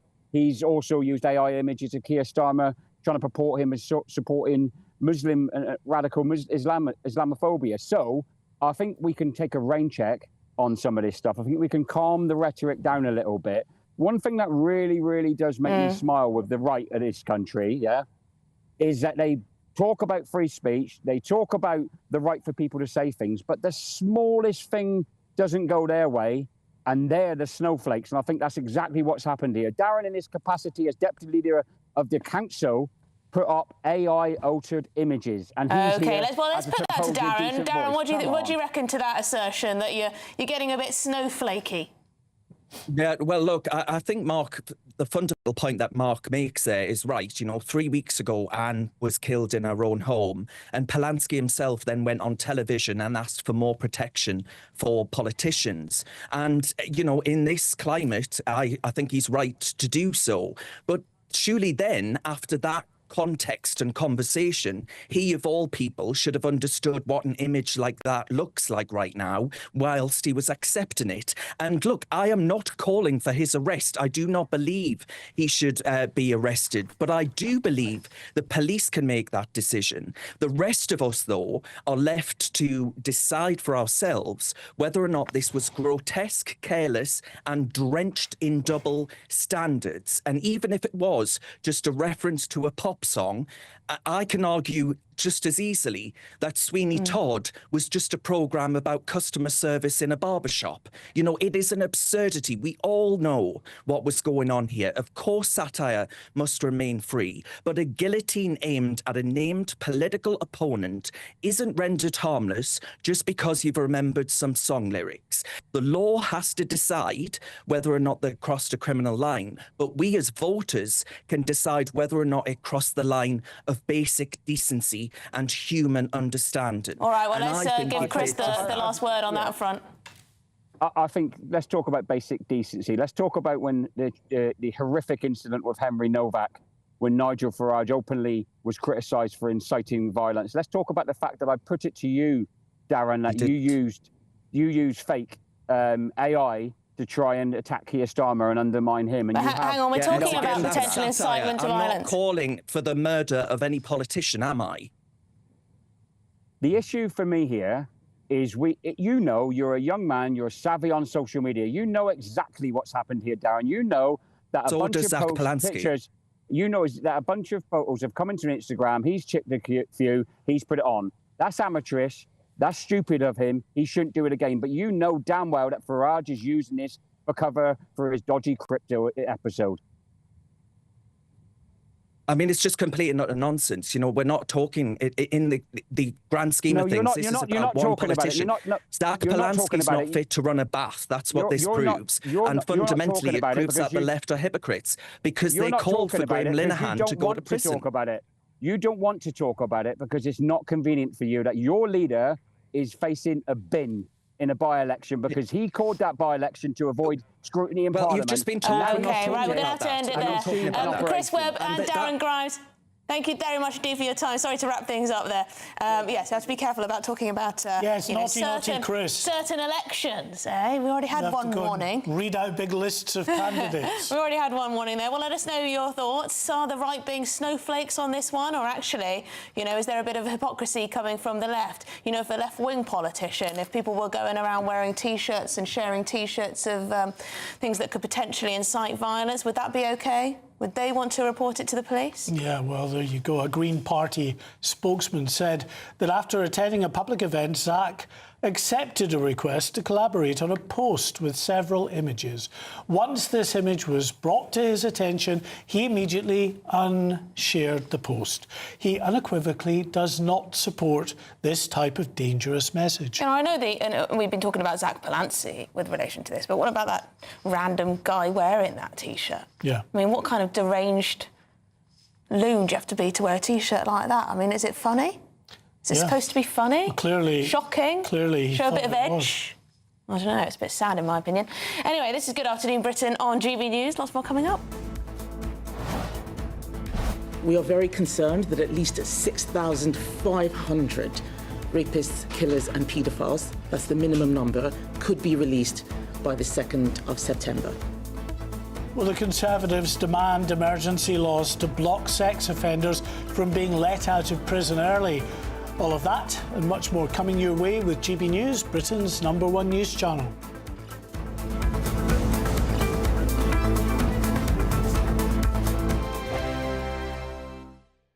Exciting news. Every Friday, my Patrick Christie's Tonight Show is going to have a twist to it.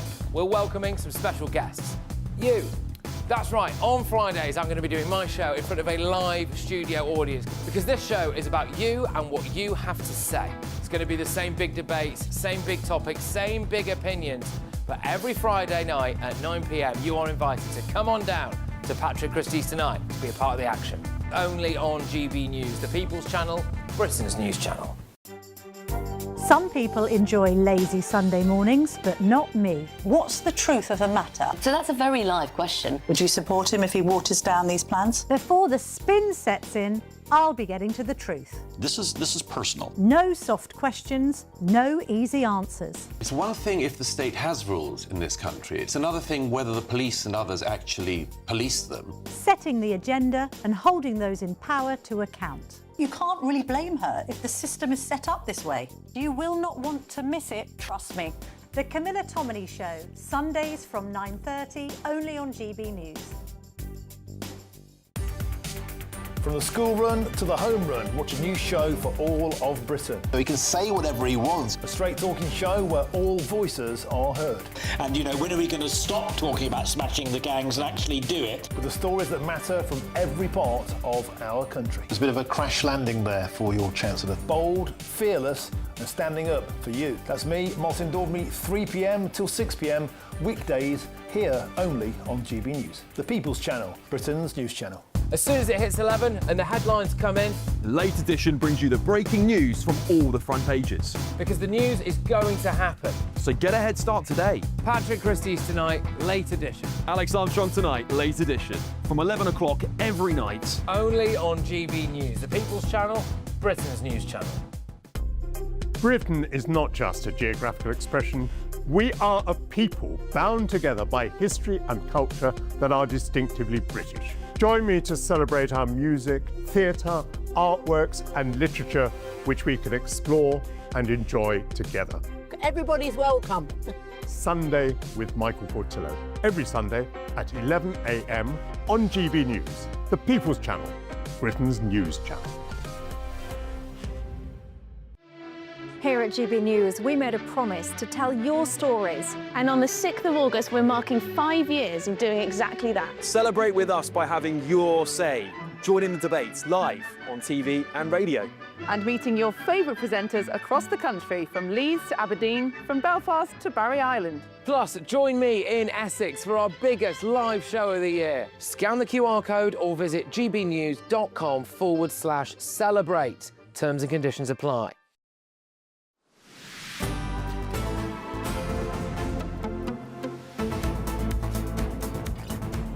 Welcome back to Good Afternoon Britain. Now, Andy Burnham is being pressed by the Conservatives to introduce emergency legislation to stop the early release of serious offenders.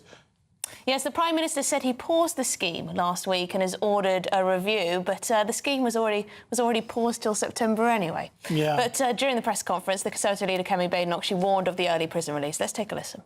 So I am asking that you stop the release of dangerous criminals before the 2nd of September, at least 6,500 of them, that the Labour government and Prime Minister Andy Burnham should revoke the commencement order now and then work with us for emergency legislation to stop this release before the 2nd of September. Well, joining us now is GB News Deputy Political Editor Tom Harwood. Tom, good afternoon. I mean, in terms of this, it's going to be a big test, potentially, for Andy Burnham in whether he actually decides to recall Parliament early to enact this emergency legislation, whether he thinks he has to.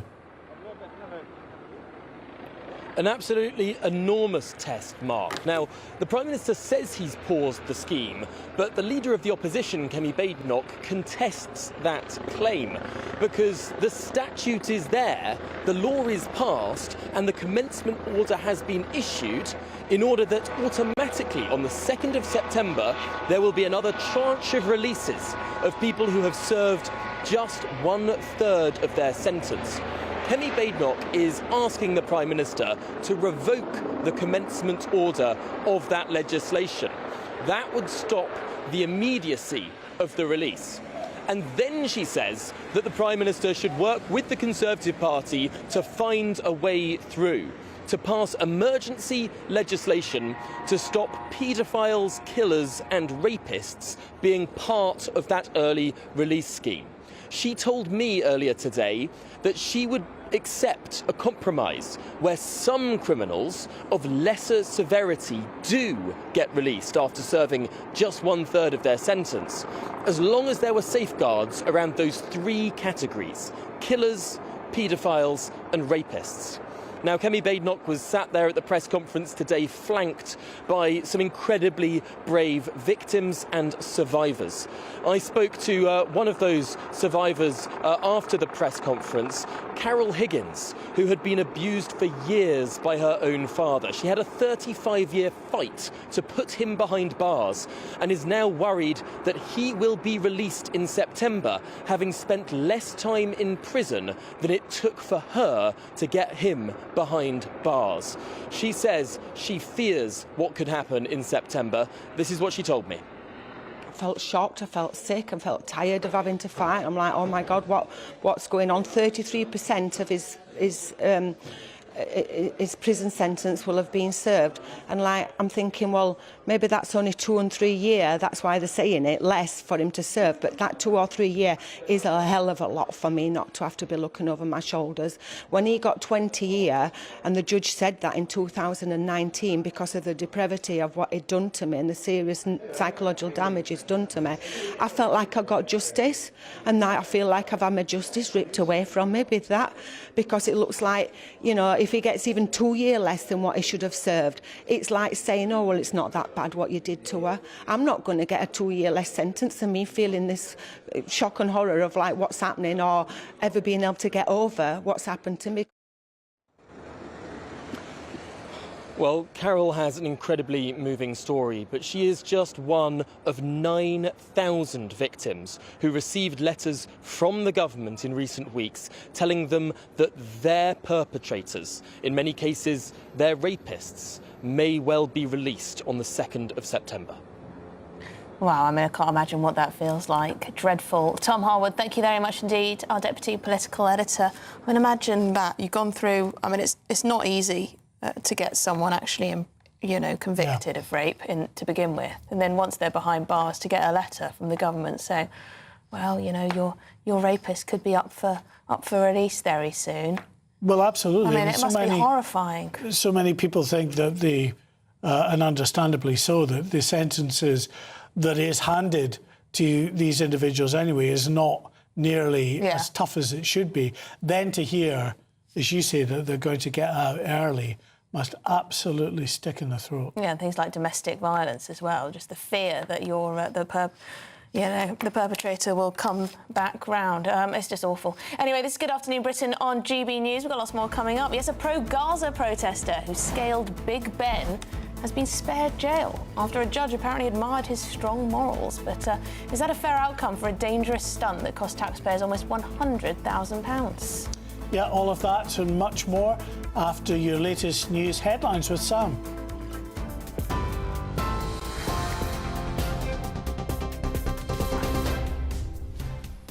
Thank you both. Very good afternoon. The top story this lunchtime. A major rescue operation is now underway in Japan after a powerful 7.1 earthquake has left people trapped inside a shopping centre in Kumamoto.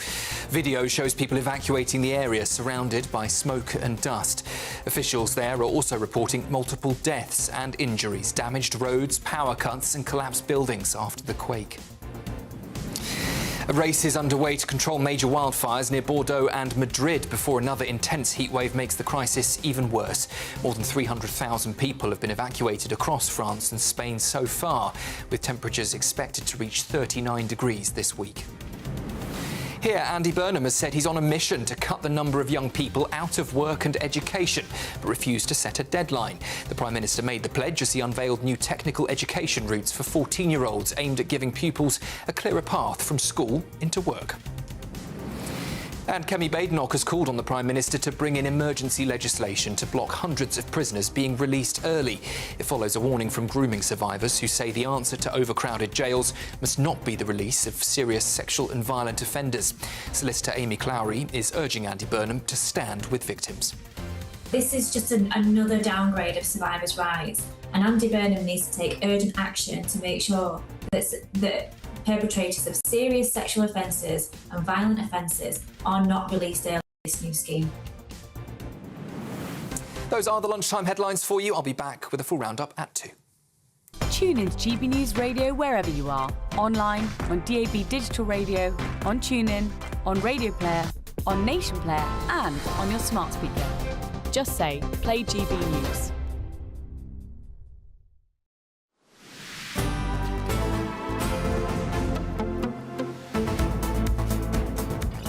Thanks, Sam, for those headlines. We've got lots more coming up, though. Andy Burnham has hinted at a 10% death tax on all estates to fund his social care reforms. 10%? Yeah.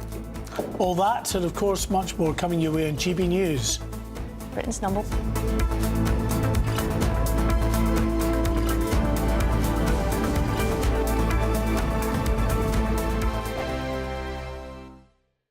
Hello there, good morning. Welcome to your GB News weather update from the Met Office. It's going to be hotting up over the next couple of days. Plenty of sunshine across the south, though often a bit cloudier with some showers further north. And we'll see this north-south split in the weather over the next few days. Areas of low pressure swinging in towards the northwest, though high pressure still very much dominating the south. Now, it's quite a wet start across Scotland this morning. Most of that rain has cleared away, but we've still got this band of showery rain just clipping parts of Northern Ireland and southwest Scotland. To the south of this, plenty of clouds across northern areas of England and Wales. Quite a cloudy afternoon, the odd spot of rain, but further south, very dry, lots of sunshine and feeling a lot hotter than what it was yesterday. Temperatures just about pushing into the low 30s across much of the southeast. Then to finish off the day across Scotland, still quite a lot of cloud around, and this band of showers will continue to push up from the southwest, turning quite heavy at times across the hills, and still some showers lingering towards the north and west of Northern Ireland.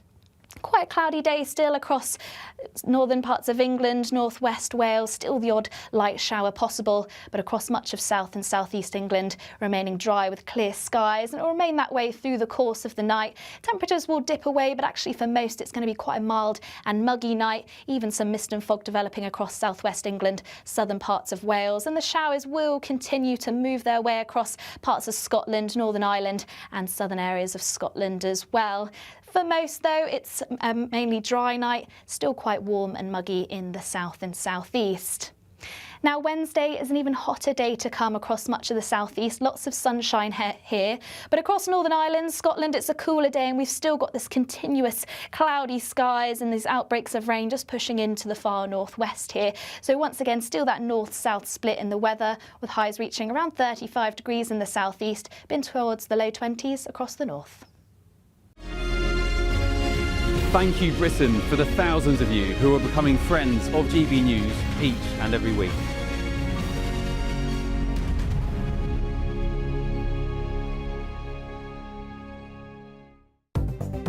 Good afternoon, this is the latest AI travel news from GBnews.com. There is a collision on the M1 northbound at junction 13 in Milton Keynes South. The M1 northbound between junctions 16 and 17 in Daventry has a lane closure. The A1 northbound is closed after the A1139. The A5 is closed after the A453. The M4 eastbound at junction 20 in Almondsbury has lane closures causing slow traffic. In Scotland, there are no major incidents to report. And on the trains, cross-country services face disruption between Newton Abbot and Paignton, and between Leicester and Nuneaton. For more travel news, go to gbnews.com.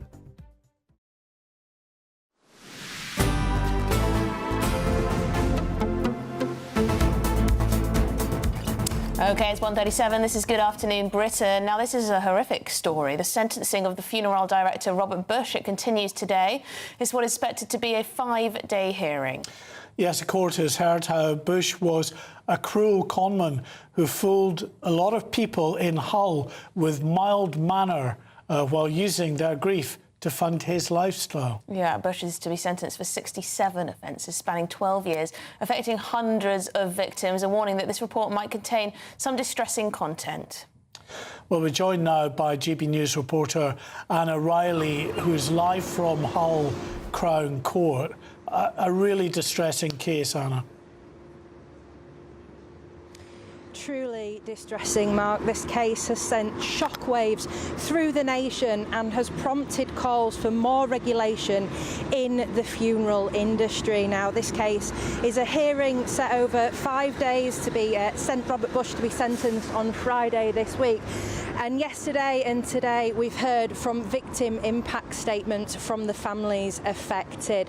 As you said, this spans back 12 years. Robert Bush was initially arrested and the investigation began back in March 2024, so more than 2 years ago now, when police were called to his premises, Legacy Funeral Directors in Hessel Road in Hull.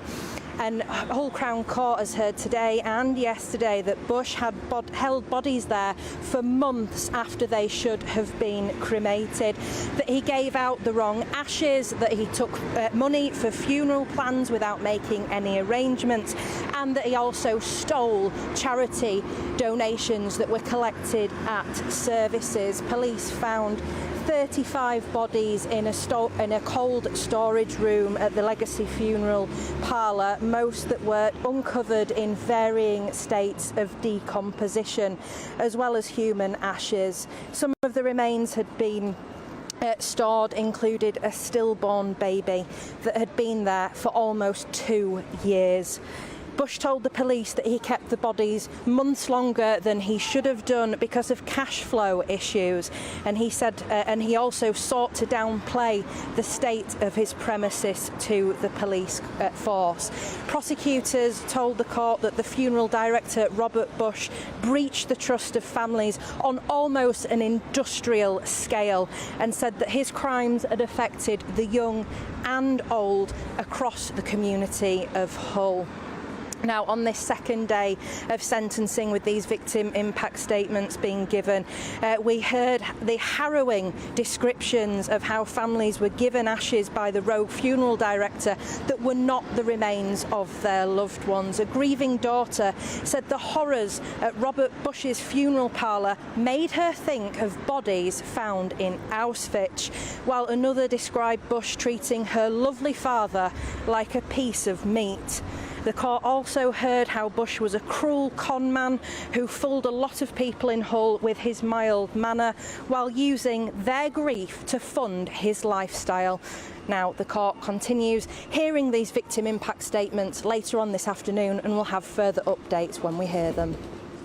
What an awful, awful series of events there. Anna Riley, thank you very much indeed for being there at Hull Crown Court. What a sick individual, putting families through all of that. Yeah, no, of course, at the very worst time in their lives where they're dealing with bereavement. And now, of course, to hear for some of them many years later that their loved one was never buried or cremated in the first place. Yeah, sociopathic behaviour. Yeah. But in other news, Andy Burnham has hinted at a 10% death tax on all estates to fund social care reforms, which he says are essential for the future of the NHS. As Health Secretary under Gordon Brown, Mr Burnham proposed replacing inheritance tax with a 10% levy on all estates passed on after death. Well, Downing Street hinted that such a tax was being considered to fund the Prime Minister's plans. However, a flat levy could drag millions more into paying a fee on their loved one's estate. Well, we're joined now by one of our viewers, Fergus McClelland. Fergus, good afternoon to you. Thanks very much for joining us, and good afternoon, Britain. Good afternoon to you, Mark and Emily. Lovely to be on your show. Thank you. I've been looking into this since this morning. And you, right, I've got it all written out here, right? It's the words of the track "The Taxman" on the Beatles' Revolver album, and there's a line. Declare the pennies on your eyes, because I'm the tax man and you're working for me. Don't ask me what I want it for if you don't want to pay some more. That's basically it. You know, it's like, whoa. So I even spoke to a finance advisor company, Thornton and Baines, and I said to them today, what's going on? Because my fiance said, you've got to phone these people and fill in their forms, which I did. And because I've got two things to come when I die, right? One for a couple of grand, one for $5,000. I don't own the house, so I don't own much. I've got a car, but if he comes for 10% of what I've got nothing. What can I leave my daughter? What can I leave my fiance? Well, this is the fear. Seems so cruel. This is the fear. This is the fear, isn't it? I mean, at the moment, to be fair, inheritance taxes is quite complicated, but there are a lot of people who are exempt because they don't own a lot, right? So this would mean, so would this be fairer in a way, insofar as everyone would have to chip in, or should people just be responsible for their own care? And what do you think? I'm responsible for my own care, definitely, and I pay for carers every week because I'm quite old and fragile and ill. Okay. You look well. Yeah, looks very well on it. I've got a new shirt. My fiance gave Just it to for me. us. She insisted I wear it just for you. Now, I've watched the pair of you for years. I'm so avid on GB News. I'm there nearly all the time. I really am. It's ridiculous. So do you reckon this is the wrong move then? This 10% just quickly. It's just cruel. It's horrible. It's like, oh no, don't tax people after they're dead. Yeah, it's a bit grim, nasty. isn't it? Yeah. Yeah, very. In poor taste. No, you're absolutely right. And as you say, you know, some families that really don't have an awful lot to leave to their next of kin, at least they can leave something, and to be taxed on that, it does seem very unfair. Yeah, Fergus, thank you very much They've got a indeed. house and they die and it's taken away. It's horrible. Yeah. Yeah, it is, yeah. Fergus McLennan, thank you, and thank you for your kind words about GB News and the show. Keep watching, keep listening. Keep Thanks, watching, Fergus. tell your friends.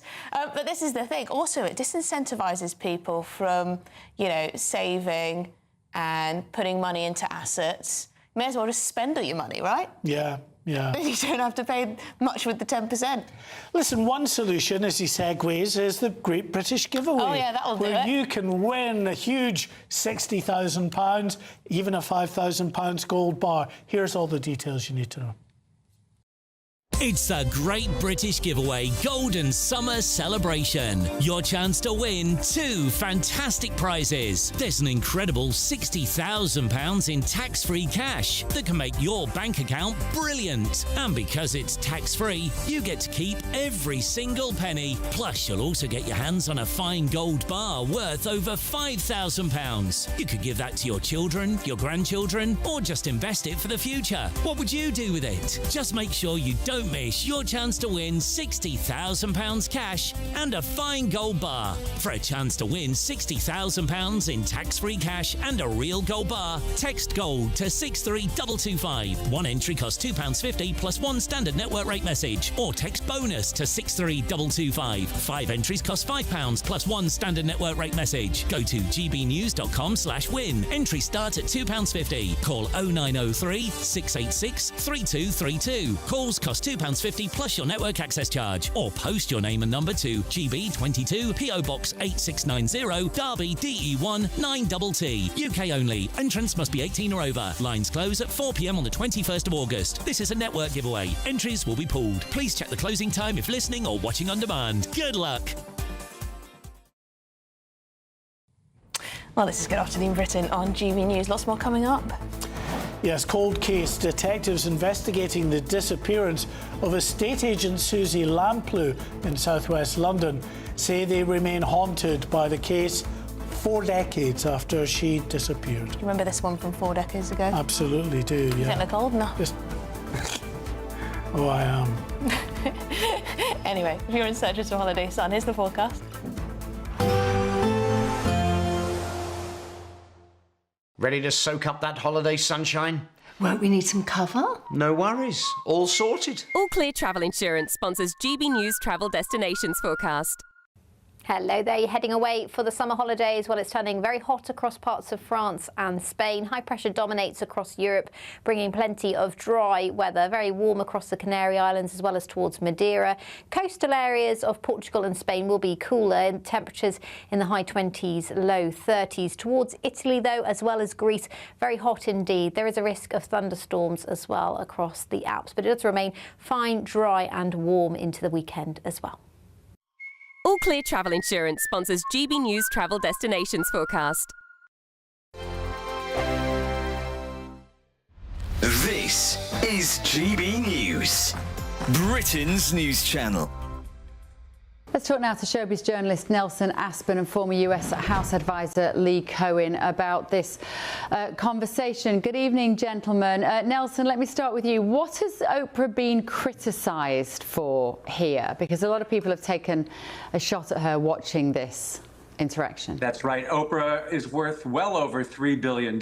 She does not need to present a retrospective of her greatest moments, but she is obviously desperate to stay relevant. And in this 1.5 hour special, the Harry and Meghan interview comes in at about 15 minutes. And it was obvious that she needs to backpedal. It is obvious that it was the greatest softball display of favoritism in broadcast history, almost. GB News, the People's Channel. This is GB News, Britain's news channel. Temperatures are set to soar again next week as heat health alerts remain in place across large parts of England. So my favourite meteorologist to talk to ever in life is John Ketley. John, good to see you. Looking very suntanned and gorgeous, it has to be said, in matching pink. John, we've got another heat wave on the way. Surprise, surprise. Hey, it's summer. Yeah, it seems to have been a very prolonged summer this year, didn't it? Obviously, it started early. We started with that very hot weather in May, which is unusual. And then we had further hot weather during June and again in July as well. So it seems a little bit different this year. It's been going on for so long. It's almost as if we've been really, the tentacles of Europe have been extending across the UK, and we've turned into a continental regime, really. GB News, the People's Channel. This is GB News, Britain's news channel. It's just a fact of life. You know, I'm of the generation, my grandfathers and great uncles all fought in World War II, but my children, you know, that's not a memory for them. They never met anyone who was in the Holocaust, and we have short memories. We're the TikTok generation. We have, you know, 5 seconds worth of attention we put on anything. So I think it's a good step. UNESCO has had some scandals in the past, or at least they've chosen to recognize things that perhaps I don't think are all that significant. But the D-Day beaches I visited myself a few years back, they're very well preserved, by the way, so I'm not sure how much this adds in terms of resources or what it can really do to increase young people's knowledge of history, but it can't be a bad thing, can it? I mean, it's an amazing story all around, and it's a story that deserves to be told over and over and over again. GB News, the People's Channel.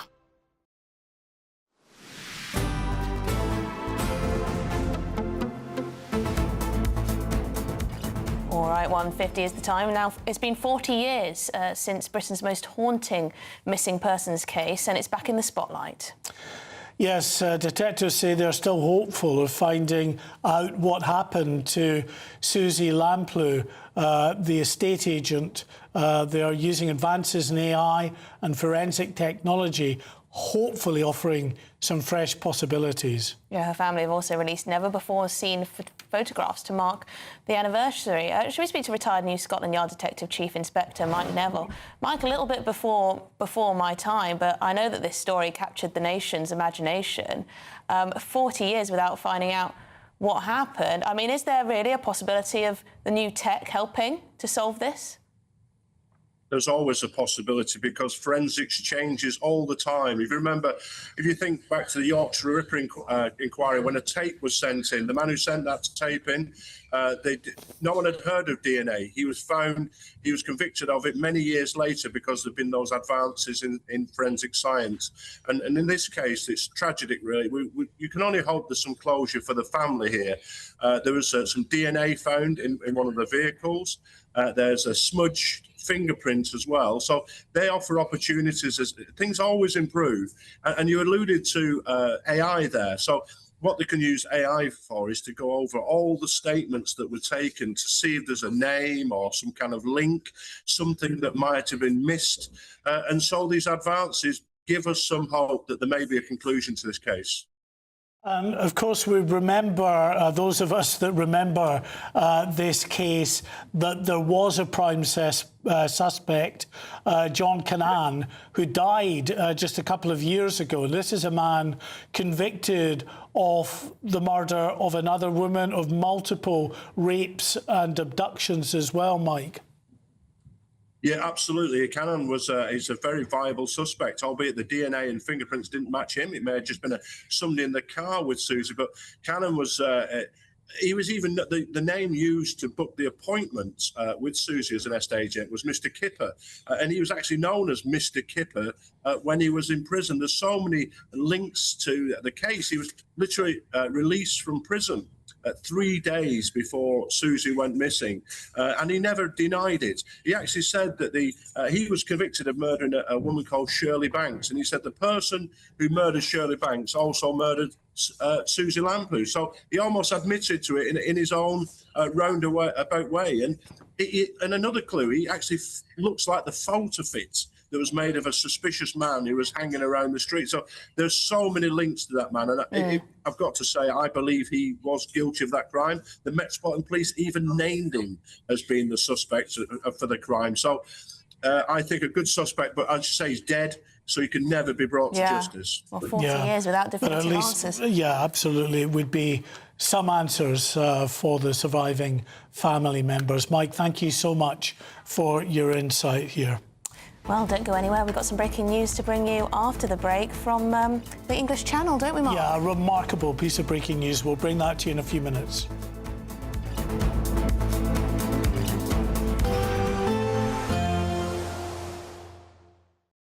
Today, clouds overhead, total zen within.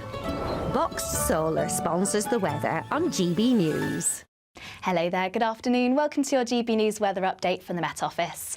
Looking ahead, it's often going to feel a bit cooler under cloudier skies, but for many it's set to be a hotter day tomorrow. And if you're not a fan of the heat, well, it is a brief hot spell before temperatures start to come back down towards the end of the week. But we'll often find this north-south split, low pressure towards the north, but high pressure holding on in the south. So often clear skies towards southern areas of England and Wales, but we'll continue to see cloud and outbreaks of rain across much of Scotland, parts of Northern Ireland, and at times northwest England. And under even cloudy or clear skies, it's going to be a warm and muggy night to come. Some areas in the south not dropping much past 18 to 19 degrees, more between 15 to 17 degrees further north. So it's certainly going to be a warm start for many of us heading into tomorrow. But across the north, still often quite cloudy, some spells of rain.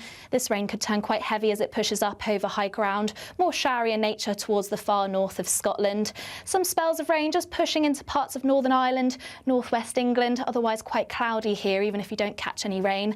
And there could be some cloud first thing across western areas of Wales, but otherwise it's going to be a warm and very clear start to the day, gradually warming up more and more as the day goes on. Another very hot day in the sunshine across much of England and Wales. Towards the north, though, a slightly cooler day under cloudier skies, and we've still got this continuous band of rain feeding in across parts of Northern Ireland and western areas of Scotland. So a cooler, fresher day here, but across much of England and Wales, it's set to be another hot day. Temperatures pushing into the mid-30s across the London area and parts of the southeast. To finish off the day, we'll continue to see that north-south split, often cloudy across the north with showers, clear skies across the south. Now, Wednesday looks like to be the peak of the heat before temperatures start to come back down. Still high pressure holding on though, so lots more sunshine to come, but often cloudy with showers further north. Today, clouds overhead, total zen within. Boxed Solar sponsors the weather on GB News.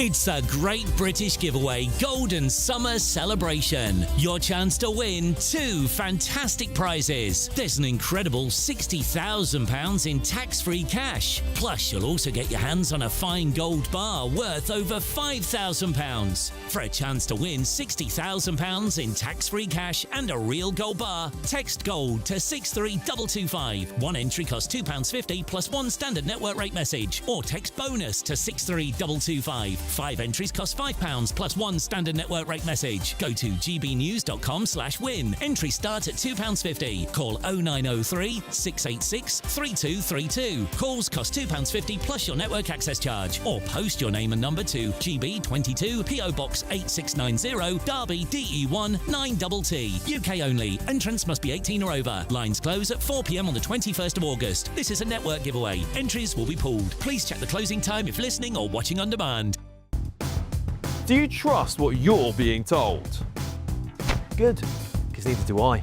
Those are just facts. I'm Alex Armstrong, and on my show, we'll expose the spin. Well, I want to answer that, because you didn't let me last time, because you always speak over me. The broken promises. To deny that is denying the truth. And the hypocrisy. We can allow. Stop. We can allow. Politics, policy, parliament.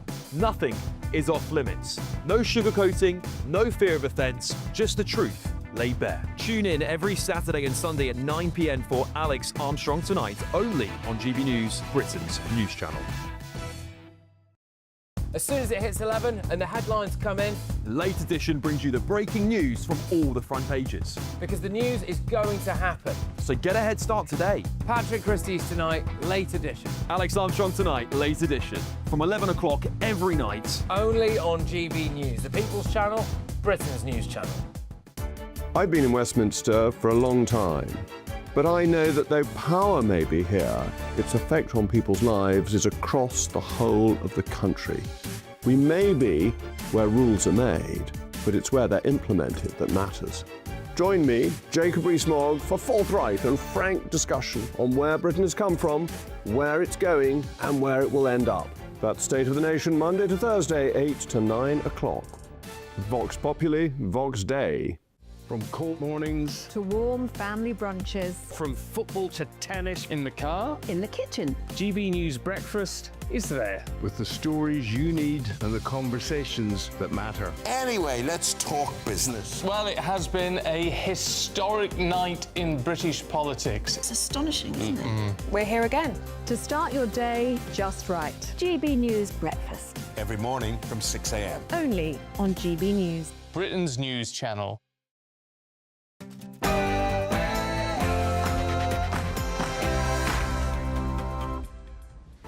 Well, good afternoon, Britain. It's 2 o'clock on Tuesday, the 28th of July. I'm Emily Carver. And I'm Mark White.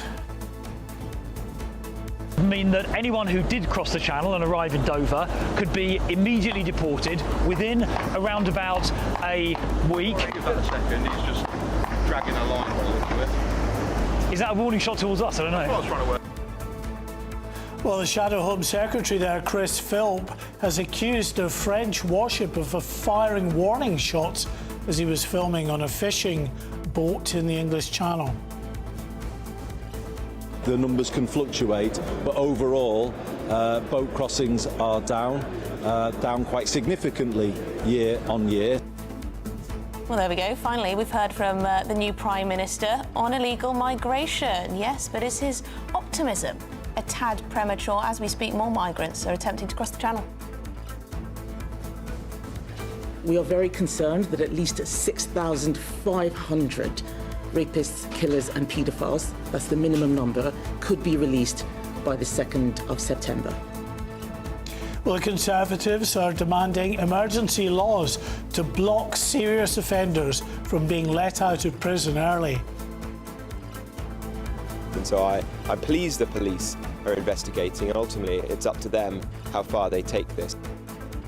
Yes, Reform UK have reported Green Party leader Zach Polanski to the police because he shared an Instagram post including a photo of a man wearing a T-shirt with the words, "We're only making plans for Nigel," alongside an image of a guillotine. Europe burns. France and Spain are braced for new heat waves as deadly wildfires close in on Bordeaux. And here in Bordeaux, many people have evacuated to this centre here. So far, more than 250,000 people have fled the part of France where these fires are gripping. That's bigger than the size of the Isle of Wight. And today, still, those firefighters tackling the flames. In other news, a pro-Gaza protest who scaled Big Ben has been spared jail after a judge apparently admired his strong morals. But is that a fair outcome for a dangerous stunt that cost taxpayers almost £100,000?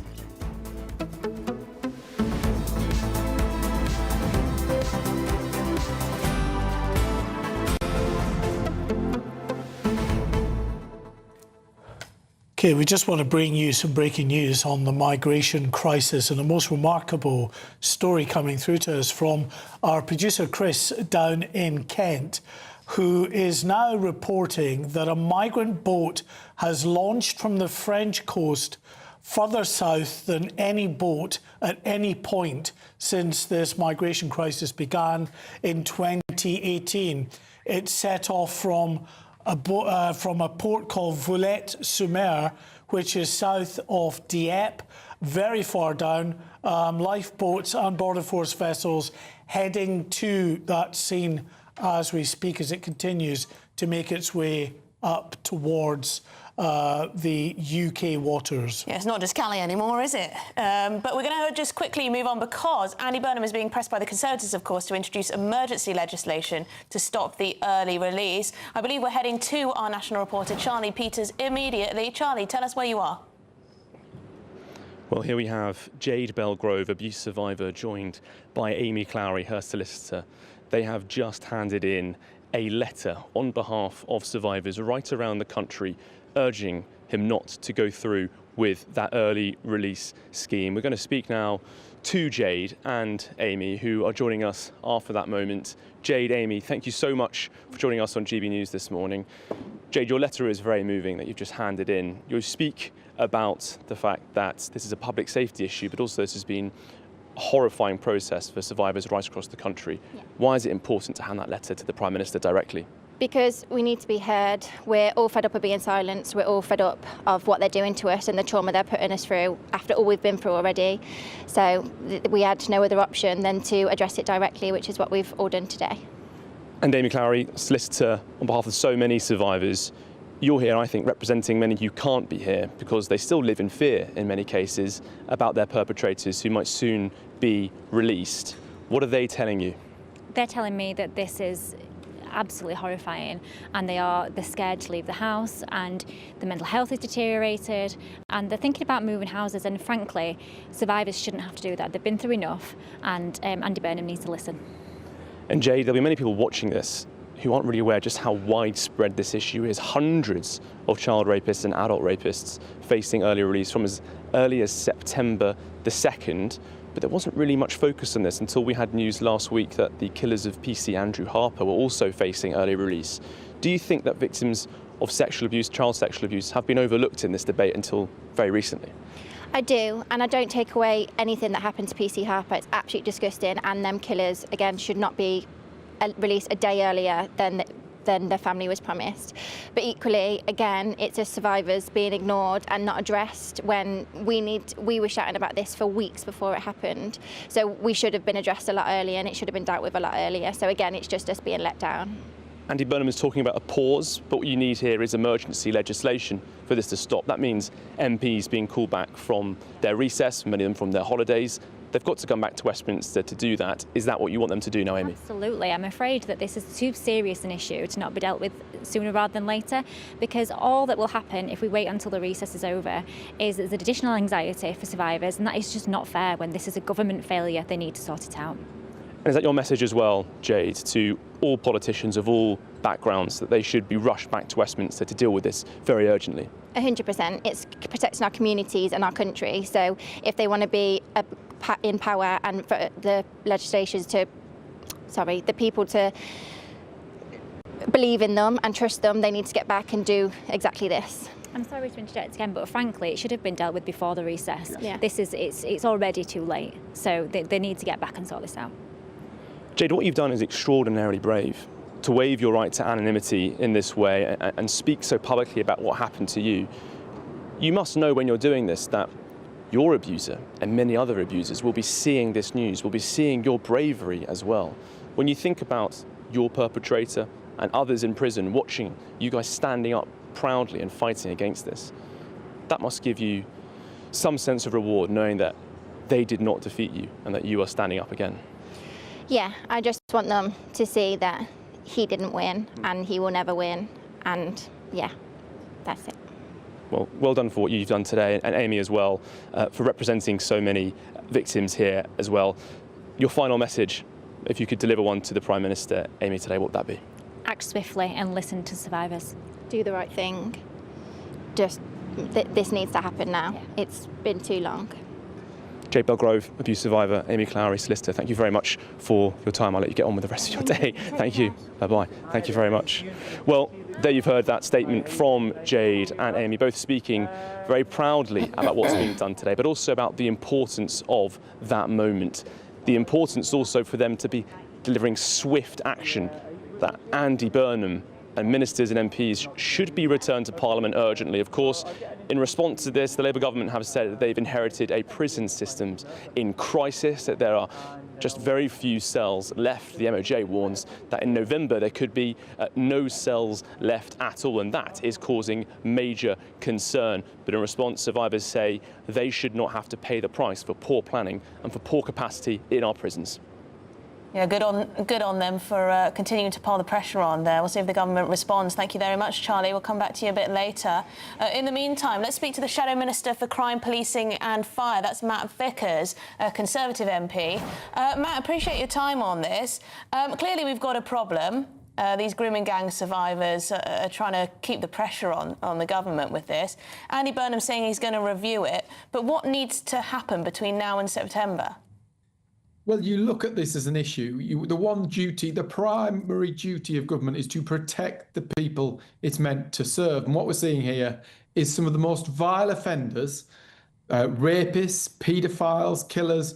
They're victims, people who have gone through some of the most traumatic things they could possibly be subjected to, getting letters to tell them that the vile offender who went through a court system, was handed a sentence by a judge, is getting out early. It is utterly disgraceful. It is entirely unacceptable. We consistently oppose this as this Labour government brought it forward. Parliament needs to sit again. It needs to legislate on this today to prevent this happening. It's all well and good Andy Burnham with his giveaways and his chit-chats about this, that and the other. We need to do this now. None of those people should be allowed to walk out of those prisons till they serve their sentences.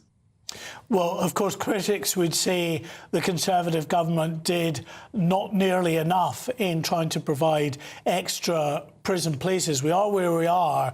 Do you think it's time now, as an interim measure, to get Nightingale prisons off the ground as a matter of urgency, rather than releasing these people, ensuring that they can still be locked up? So the last government had two decisions that put pressure on our prison system.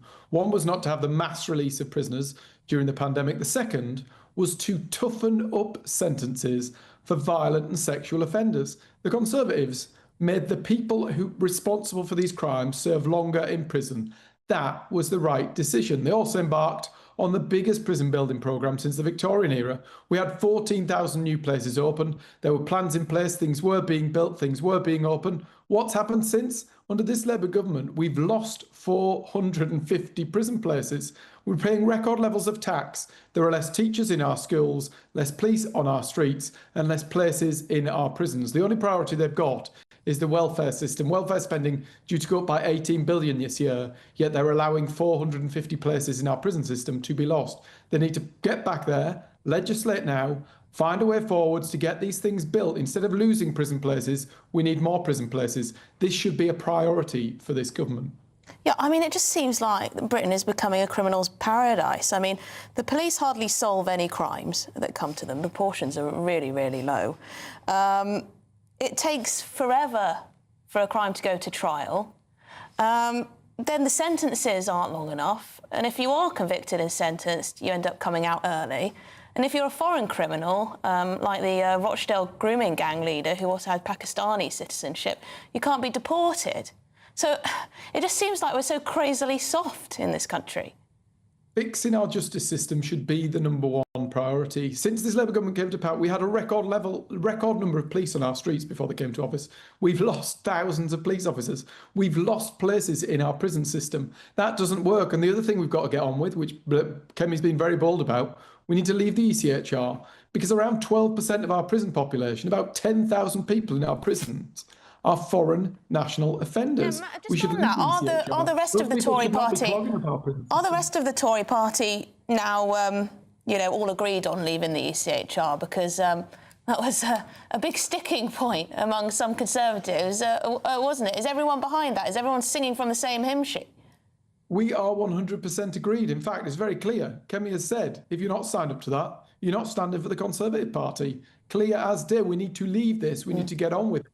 To fix our broken borders, to fix our justice system so that those foreign national offenders are not clogging up our prison system, and ensuring that this Labour government is allowing rapists, paedophiles and killers out early. We need to get on with that job, and Kemi's committed to doing it.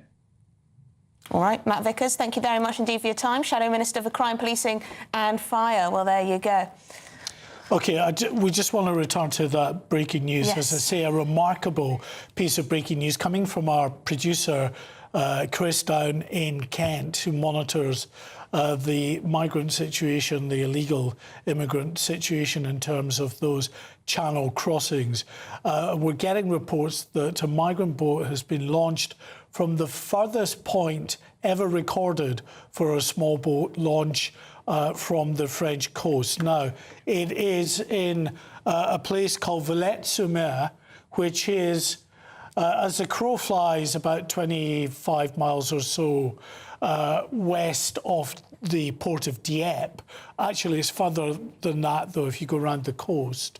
And, I mean, Dieppe is as far as these boats have launched, and that is really far south. To give you an indication, it's about 100 miles south of where the traditional launching points have always been from the Calais and Dunkirk beaches, but because of the extra police patrols that the French have put around there, it's forced the smuggling gangs to change their tactics, and that's what they've been doing, Emily. They've been going further and further south. Dieppe is an awful long way south. Yeah, I mean, how many more miles is that to Britain? Is these are taxi boats, as they call them, that launch from Dieppe, and then they go up the coast and they call in at various points, various beaches, and pick up more migrants as they head north. But these boats can be in the water sometimes for 18 hours. It's such a long journey. Oh, so it might set off from Villette-sur-Mer, but it might pop off.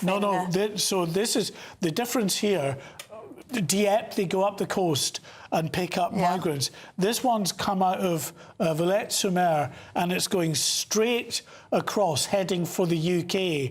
So it's actually probably, although it's a lot bigger distance than it would be of just 22 miles off sea when you're between Calais and Dover, there's a lot more English Channel there, but it's still not as long a distance as going all the way up the coast and then cutting across around the Boulogne area. No, it's remarkable, isn't it? I mean, we're trying to bottom this out. As we speak, the lifeboat from Eastbourne, that tells you just how far south we're talking about here.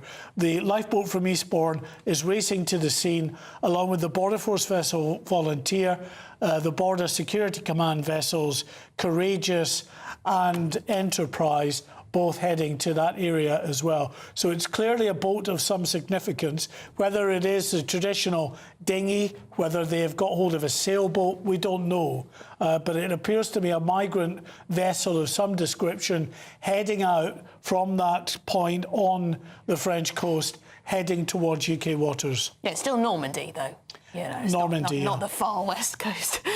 No, but I mean, but it's miles and miles away. A very long from Calais. Yeah. Incredibly dangerous journey. But we'll keep you updated. Mark has got his ears to the ground, eyes on the channel.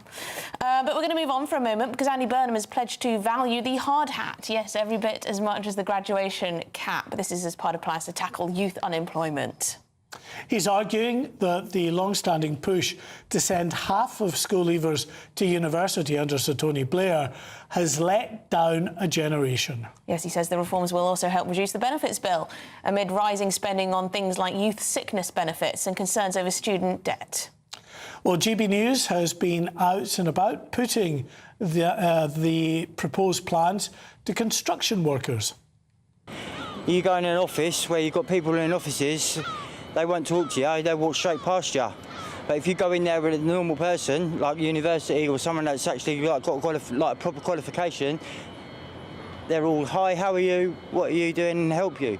Well, you don't get no help. Unfortunately, we're all self-employed, so we're taken on and then laid off when they don't need us. So it's all right, everyone having tickets to be in construction, but it's not a full-time job. We're looked down on, really, but just because they've got an education don't mean they're smart.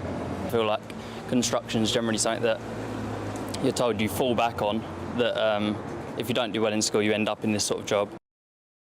I think that's so true. Just because you've got an education doesn't mean you're smart. No. I mean, how many idiots do you know that went to university? Many, many.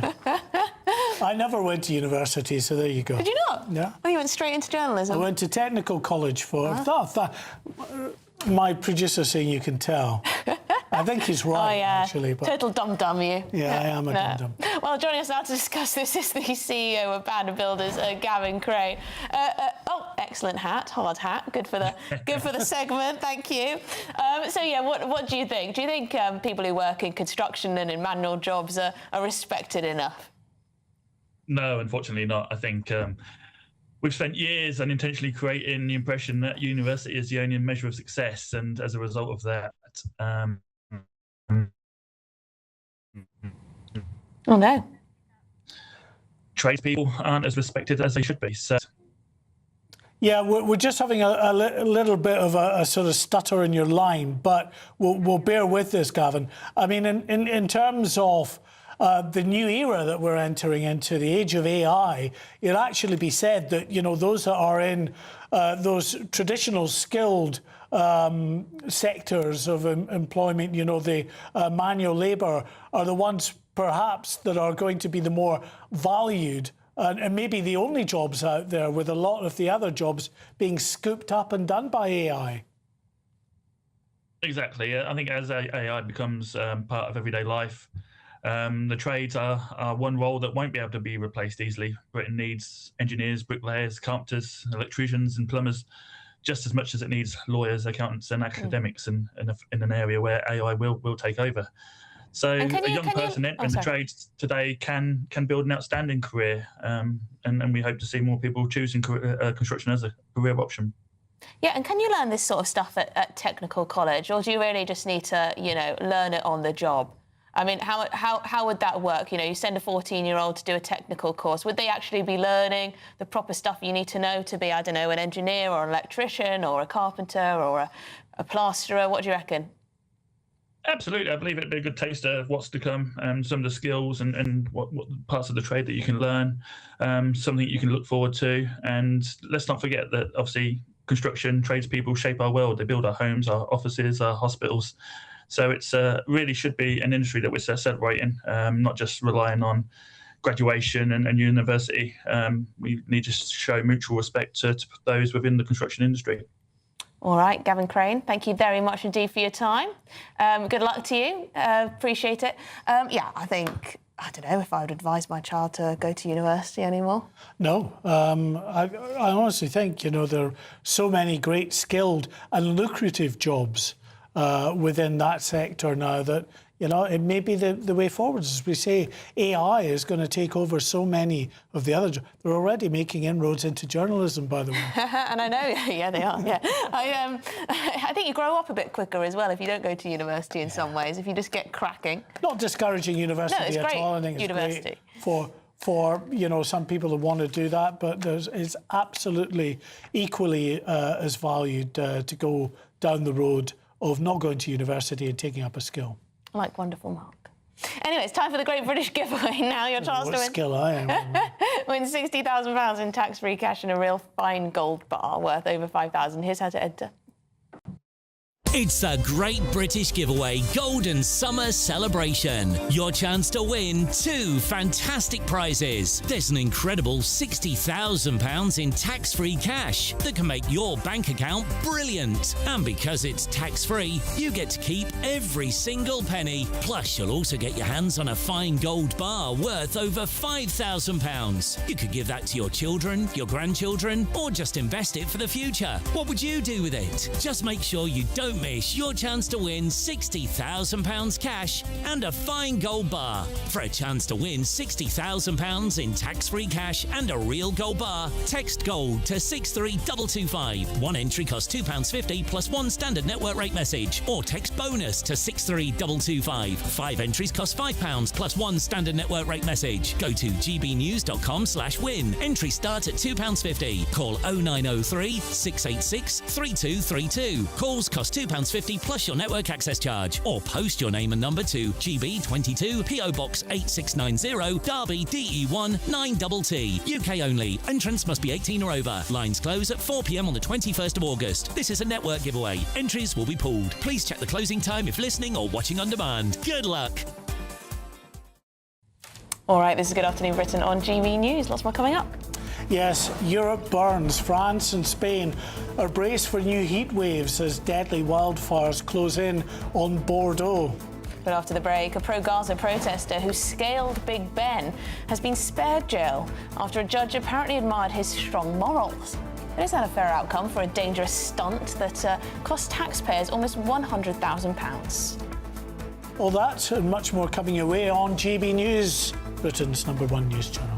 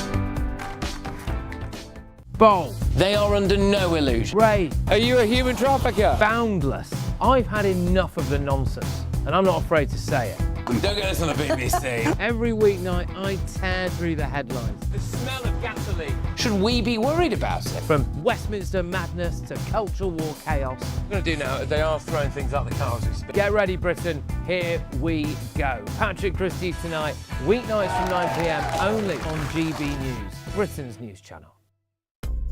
Britain is not just a geographical expression. We are a people bound together by history and culture that are distinctively British. Join me to celebrate our music, theatre, artworks and literature, which we can explore and enjoy together. Everybody's welcome. Sunday with Michael Portillo. Every Sunday at 11 a.m. on GB News, the People's Channel, Britain's news channel.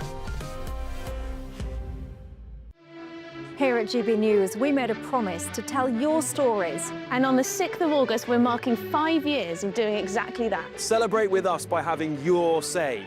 Join in the debates live on TV and radio. And meeting your favourite presenters across the country, from Leeds to Aberdeen, from Belfast to Barry Island. Plus, join me in Essex for our biggest live show of the year. Scan the QR code or visit gbnews.com/celebrate. Terms and conditions apply.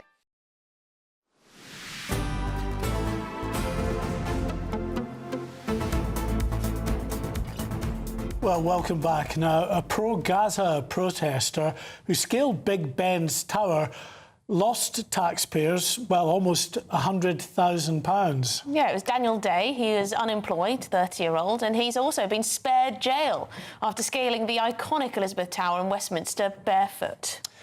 Now, on Monday, Southwark Crown Court, a judge there anyway, gave him a 14-month prison sentence that was suspended for 2 years. Yeah, he also noted that this man, what's his name again, Daniel Day, this 30-year-old, had strong principles. So there you go. Yeah, so the inference being perhaps that the judge admired the principles that he had on Gaza. Now, I don't know what the judge's view on this is at all, but you have a government that at the moment is pushing ahead with legislation to outlaw certain groups, activist groups, that have now become terrorist groups, such as Palestine Action, because of the direct action that they've taken part in. So is that the best summing up argument that we get from a judge pre-sentencing. But anyway, to speak a bit more on this, we're joined by journalist Nicole Lambert. Yeah, Nicole, what do you reckon about this? The judge saying it's good to see people having strong principles, but it doesn't give a licence to break the law. Well, it's a bit ridiculous, isn't it? I mean, when you hear about this incident, you think this is a young man, but he's a 30-year-old, so he should really know better. This has cost the British taxpayers nearly £100,000. And you know, more than anything else, has done nothing to save Gaza, nothing for the people of Gaza. Think about what that money could have gone to help the people of Gaza, but instead it's some stupid stunt. And I worry that the judge kind of almost give him a pat on the shoulder, the fact that he's not gone to jail, not used an example of him, it just inspires more and more bad behaviour. So yes, while we've seen Palestine Action being prescribed as a terrorist organisation after they've been getting violent, we have also just seen other groups springing up, and this kind of, you know, at least I suppose the jury found him guilty, but it does feel like it's not really helping matters, and our lives have been turned upside down by this war 2,000 miles away that has nothing to do with Britain, and the way people are acting on behalf of the people of Gaza, when really it's just about their demanding attention for themselves.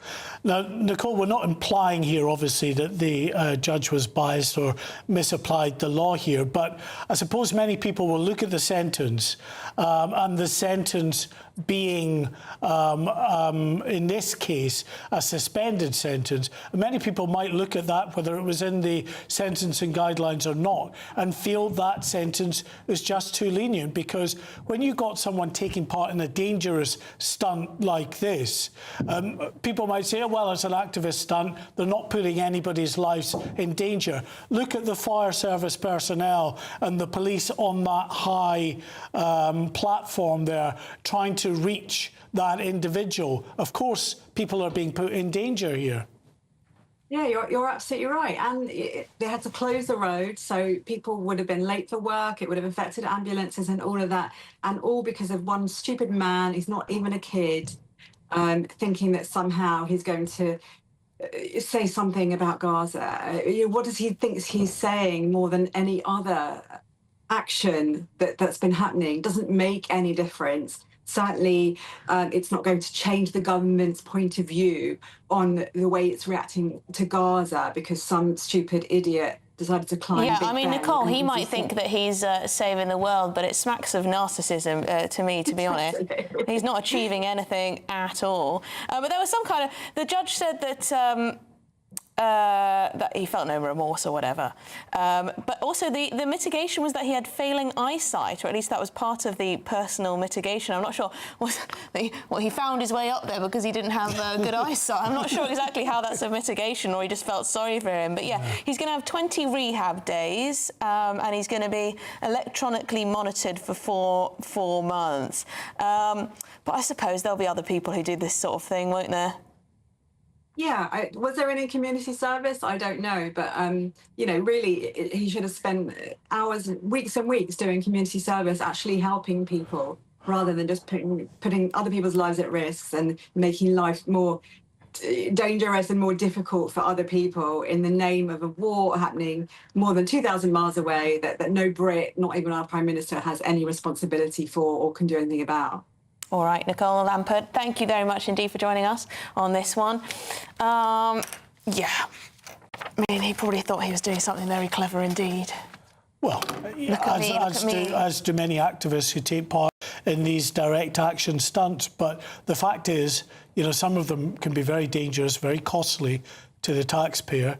And that's why, as I say, you've got a government that's pushing to prescribe groups like Palestine Action, because you know, they cross over into much more menacing direct action at times. Well, let us know your thoughts, gbnews.com/your say, but we've got lots more coming up on today's show. Yes, Europe burns. France and Spain are braced for new heat waves as deadly wildfires close in on Bordeaux. All that and much more after your latest news headlines.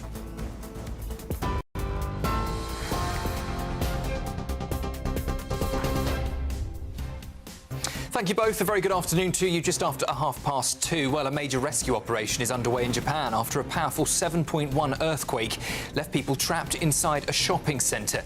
Video online has shown people evacuating the area surrounded by smoke and dust. Japanese officials are also reporting multiple deaths and injuries, along with damaged roads, power cuts and collapsed buildings. A race is underway to control major wildfires near Bordeaux and Madrid before another intense heatwave makes the crisis even worse. More than 300,000 people have been evacuated across France and Spain so far, with temperatures expected to reach 39 degrees this week. Here, Andy Burnham has said he's on a mission to cut the number of young people out of work and education, but refused to set a deadline. The Prime Minister made the pledge this morning as he unveiled new technical education routes for 14-year-olds, aimed, he says, at giving pupils a clearer path from school into work. And Kemi Badenoch is calling on the Prime Minister to bring emergency legislation to block hundreds of prisoners being released early. It follows a warning from grooming survivors who say the answer to overcrowded jails must not be the release of serious sexual and violent offenders. Solicitor Amy Clowry is urging Andy Burnham to stand with victims. This is just another downgrade of survivors' rights, and Andy Burnham needs to take urgent action to make sure that perpetrators of serious sexual offences and violent offences are not released early under this new scheme. Those are the latest headlines for now. Sophia Wensler will be here with all your top stories at 3. Tune in to GB News Radio wherever you are. Online, on DAB digital radio, on TuneIn, on Radio Player, on Nation Player and on your smart speaker. Just say, play GB News.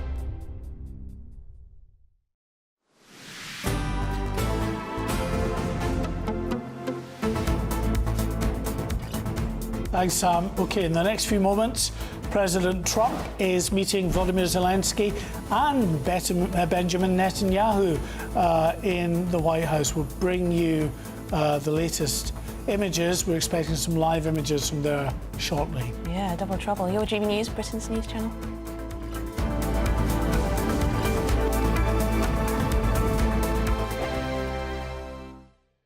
Hello there, good morning. Welcome to your GB News weather update from the Met Office. It's going to be hotting up over the next couple of days. Plenty of sunshine across the south, though often a bit cloudier with some showers further north. And we'll see this north-south split in the weather over the next few days. Areas of low pressure swinging in towards the northwest, though high pressure still very much dominating the south. Now, it's quite a wet start across Scotland this morning. Most of that rain has cleared away, but we've still got this band of showery rain just clipping parts of Northern Ireland and southwest Scotland. To the south of this, plenty of clouds across northern areas of England and Wales. Quite a cloudy afternoon, the odd spot of rain, but further south, very dry, lots of sunshine and feeling a lot hotter than what it was yesterday. Temperatures just about pushing into the low 30s across much of the southeast. Then to finish off the day across Scotland, still quite a lot of cloud around, and this band of showers will continue to push up from the southwest, turning quite heavy at times across the hills, and still some showers lingering towards the north and west of Northern Ireland. Quite a cloudy day still across northern parts of England, northwest Wales, still the odd light shower possible, but across much of south and southeast England remaining dry with clear skies, and it will remain that way through the course of the night. Temperatures will dip away, but actually for most it's going to be quite a mild and muggy night, even some mist and fog developing across southwest England, southern parts of Wales, and the showers will continue to move their way across parts of Scotland, Northern Ireland and southern areas of Scotland as well. For most, though, it's mainly dry night, still quite warm and muggy in the south and southeast. Now, Wednesday is an even hotter day to come across much of the southeast. Lots of sunshine here, but across Northern Ireland, Scotland, it's a cooler day, and we've still got this continuous cloudy skies and these outbreaks of rain just pushing into the far northwest here. So once again, still that north-south split in the weather, with highs reaching around 35 degrees in the southeast, been towards the low 20s across the north. Thank you, Britain, for the thousands of you who are becoming friends of GB News every week. You're not only watching and listening to our programmes, you're becoming part of them too.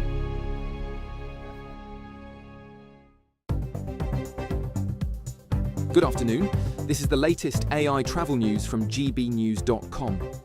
The A5 is closed after the A453. The A1 is closed after the A1139. The M5 southbound has a lane closure between junctions 5 and 6. The The M62 eastbound between junctions 19 and 20 near Middleton has a lane closure. In Scotland, the A90 northbound is partially blocked between Longforgan and Swallow roundabout due to a broken-down vehicle causing delays of around 18 minutes. And on the trains, cross-country services are disrupted between Newton Abbot and Paignton, with East Midlands Railway running a reduced service.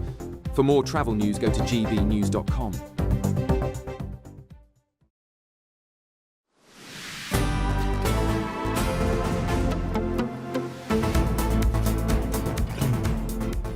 All right, it's all go, go, go in the White House. President Trump is holding talks with Ukrainian President Volodymyr Zelensky and also the Israeli Prime Minister Benjamin Netanyahu later today. And peace efforts are topping the agenda. Well, we're joined now by a political commentator, Eli Hassel. Good afternoon to you. Thanks for speaking to us. I mean, clearly, I think Volodymyr Zelensky is trying to co-opt the United States and Israel into sort of supporting the war effort in Ukraine in perhaps a more sort of robust way than so far, sinking, I think, this Iranian ship just in recent hours is probably one way that they're going to try and persuade Israel anyway that they're on their side. Yes. First of all, thank you for having me on. The second point is, you're right. Zelensky is trying to appeal to Trump. And one way he's doing that, I'm not sure if you've seen, in recent days, he did an interview with Laura Loomer, a diehard MAGA supporter, who usually he wouldn't do such an interview with, but he did an interview with her because he knew Trump would watch her. He watches whatever Laura puts out. He did that in a way to appeal to Trump, and he does need to appeal to them because he's in a very difficult political situation at the moment with the defense minister, with him kicking out the defense minister and protests erupting across Ukraine. So he has to appeal to Trump. He has to appeal to other countries.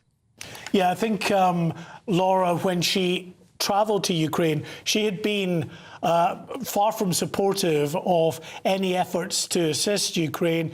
She's done a complete about-turn now, apparently. Yes, that's totally right. When the war started originally 2 years ago or so, she was very, very against military action with supporting Ukraine. She was very much towards a peace deal, create a peace deal, but she turned around, as you might have seen in snippets of the interview and as you mentioned just there.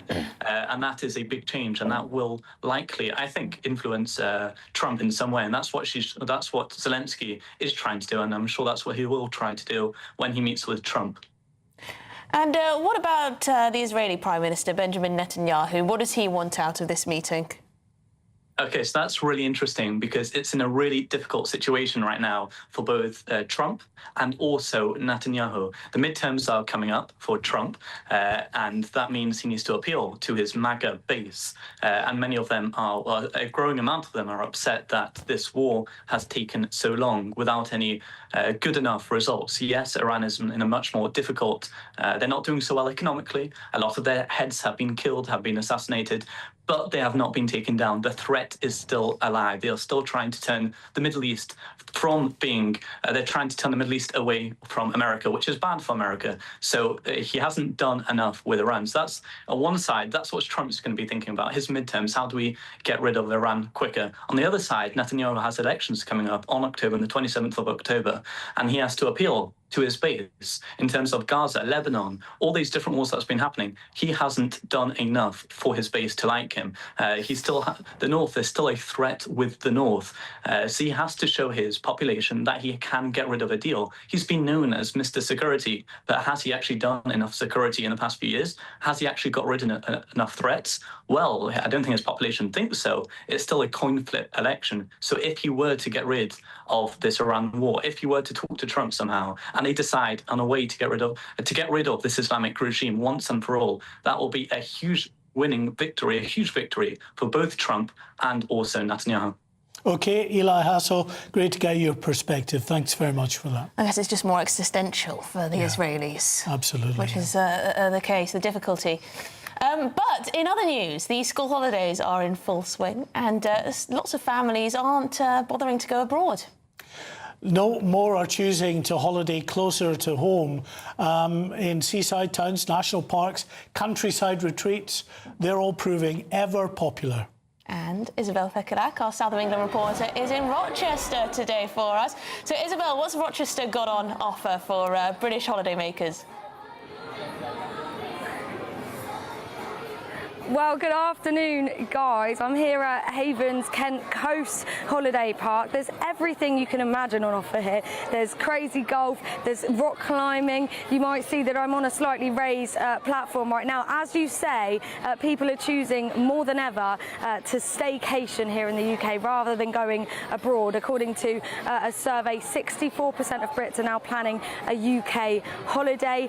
Here at the Havens site today, 1,500 people on site. And last year it was visited by almost 100,000 holiday makers. We've been chatting to lots of them throughout the day who say that due to the prices of flights being hiked up due to the Middle East conflict and the lovely hot weather that we have been having recently, that it's better off staying in the UK, that in fact you don't have to go as far to get that holiday sun, and that there is enough beauty right on our doorstep in Britain. We've been chatting to lots of holiday makers here throughout the day. Take a listen to what they had to say. It's a lovely place. It actually feels like you're on holiday and you're only half an hour from London. I think it's better than being abroad right now. So. Have you been enjoying the weather? Yeah. It's fun, isn't it? You've had lots of fun, haven't you? It's fun. It is. And we can see the show as well. See the shows, that's right. It's so fun. And you've got things to do over there, pottery and things like that. And there's some football cages that we can play in, and it's fun. So lots of Brits enjoying themselves here. As I said, so many activities to choose from. You might have noticed that I'm on a 6-metre high platform currently. This park, apparently notorious for the big jump, that is what I am currently on. And of course, I am absolutely committed to finding out what it is that Brits love most about these staycation holidays. So, I mean, here goes nothing. Oh my God, right. Okay. Well, there you go.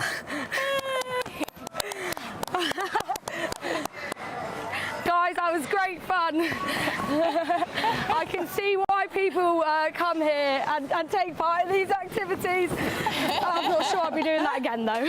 Well done, Isabel. Well done. You were brave there. You didn't want to do that, did you? That was fantastic. Well that done. was really good. I want to go. Mark, would you do it? I think if I was to jump on that, I would burst.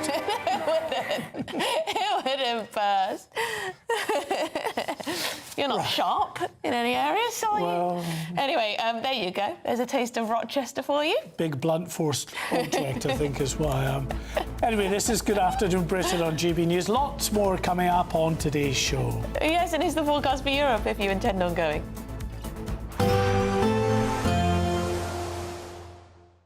Ready to soak up that holiday sunshine? Won't we need some cover? No worries. All sorted. All Clear Travel Insurance sponsors GB News Travel Destinations Forecast. Hello there, you're heading away for the summer holidays. Well, it's turning very hot across parts of France and Spain. High pressure dominates across Europe, bringing plenty of dry weather. Very warm across the Canary Islands as well as towards Madeira. Coastal areas of Portugal and Spain will be cooler, and temperatures in the high 20s, low 30s. Towards Italy, though, as well as Greece, very hot indeed. There is a risk of thunderstorms as well across the Alps, but it does remain fine, dry and warm into the weekend as well. All Clear Travel Insurance sponsors GB News Travel Destinations Forecast. Nana Akua, weekends from 3 p.m. This is really exciting. We've got 1 million people living with dementia in this country, and about 65%, 70% of them have Alzheimer's disease. This is a condition where a protein called amyloid beta builds up in plaques within the brain and interferes with the connection of nerve cells. It's a cruel disease, as I know you're aware. It robs families of the relative that they once loved, the personality that they knew. And it's, the leading cause of death in this country. So, numbers are only increasing as the ageing population grows. But here we have in phase 3 clinical trials, which is the last stage of trials before a regulatory body approves it for use, which appears to clear some of these plaques within a few weeks. Now, that's really exciting. GB News, the People's Channel. Britain's newsroom. Weekday mornings from 9:30. What does this kind of day mean to you, kind of coming and doing this every year? Well, I feel that I'm doing this for my wife, because she used to sell poppies properly, really, and I used to help her for 20-odd years. And I feel like I'm doing it for her, really. But it is nice to think that everybody appreciate what we did for being in the forces. But tell me about your service, because you got sent out to the Far East, didn't you? Yes. I just got engaged because I didn't think I was going to get called up, but then I did. In your jacket here, you've got one medal for national service and one for that Hong Kong medal for that. To be honest, I was 18 years old and I was very excited about going. It was an adventure to me. The People's Channel. Britain's newsroom. Weekday mornings from 9:30. Weight loss jabs could help children as young as 6 who are living with obesity. When did we start saying living with obesity? Can we not say obese children? Is that not politically correct? Well, delighted to be joined now by Sarah LeBrock, Director of All About Obesity. Sarah, I think a lot of people will feel slightly uneasy about children getting on these jabs, simply because we sort of expect, I don't know, diets to be managed by parents. Yeah, I can totally understand why people would think that. But the point we're not talking about just overweight children here. We're talking about children living with obesity. And interestingly, you say, why do we say living with obesity? It's because they're living with a chronic condition. GB News, the People's Channel.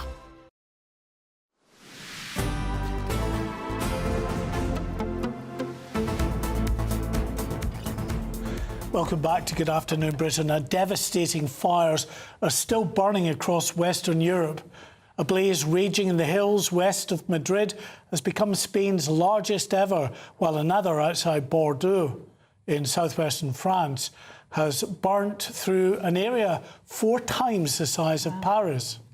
Well, some 360,000 people have evacuated across both countries. Well, Will Godley is in Bordeaux for us. Yes, he's travelled over there to see what's going on in terms of how people are reacting to all this. Will? Yeah, good afternoon to you. Earlier on, we saw the devastation in terms of the environmental impact. We're at the front of those wildfires, the nearest front to Bordeaux, maybe some 20 minutes drive from the outskirts of Bordeaux, about 9 miles away. And that was where firefighters were busy fighting not big flames, but flames that were emerging from smouldering ground, the ground that was smouldering away. And there were also volunteer firemen there seeing to that, people who lived nearby or whatever they were wanting to do, keeping the flames at bay, stopping it from getting here. Right now we're in the centre of Bordeaux, in their expo centre. This is the evacuation centre for the more than 250,000 people who have been evacuated from the regions that are affected by these wildfires, a region that is bigger than the Isle of Wight, and many people will have gone off to see family and stay with people elsewhere in France. Many Brits, of course, there are 40,000 British expats who live in this region, perhaps will have travelled home or elsewhere in France, but those who can't have come here. There are 6,000 people in this hall and the hall next door. Many of them have been been here since Friday, when those wildfires really got alight in large parts of this part of the world. And people here have come with nothing. It's clear to see that people here really are of all ages. There are those very, very old and those very, very young as well. Some people have even brought their pets, and what's provided are these camp beds, a pillow and a blanket, and they've been donated from people nearby. There's a centre over in the other side of the hall where people have been handing pillows and bedding for people to be using here. And of course, those sitting waiting without anything to do can't help but wonder what they're going to be going back to when, of course, these fires are extinguished and they're able to go back home. Do they even have a home left standing? And so, although we've seen the natural devastation, right here is the heart of the human devastation in these wildfires. There are thousands of people here, everyone with their own story, everyone wondering whether or not they have a home to go back to, and everyone not knowing when they'll be able to go back home. All right, Will Godley, thank you very much indeed. What an absolute nightmare for those people. Going to evacuate with your family, leave everything you've got there, go down to a warehouse like that, not knowing when you're going to return home. Yeah. What an awful time. No, it is absolutely awful, and it's not over yet. The fact that we're now entering this heat wave again in that area means that conditions are potentially ripe for more outbreaks. Yeah, well, hopefully everyone's safe and people have got out of there in good time. But thank you very much for watching me and Mark this afternoon. This has been Good Afternoon Britain. We've covered a lot. The fun continues with Christopher Hope standing in for Martin Daubney, and we'll bring you a lot more, of course, on the shots fired by a French warship towards the Shadow Home Secretary, Chris Philp. You're absolutely nuts.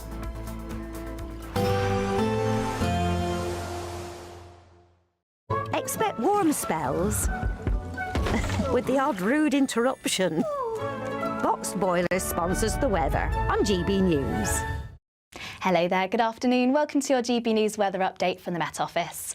Looking ahead, it's often going to feel a bit cooler under cloudier skies, but for many it's set to be a hotter day tomorrow. And if you're not a fan of the heat, well, it is a brief hot spell before temperatures start to come back down towards the end of the week. But we'll often find this north-south split, low pressure towards the north, but high pressure holding on in the south. So often clear skies towards southern areas of England and Wales, but we'll continue to see cloud and outbreaks of rain across much of Scotland, parts of Northern Ireland, and at times northwest England.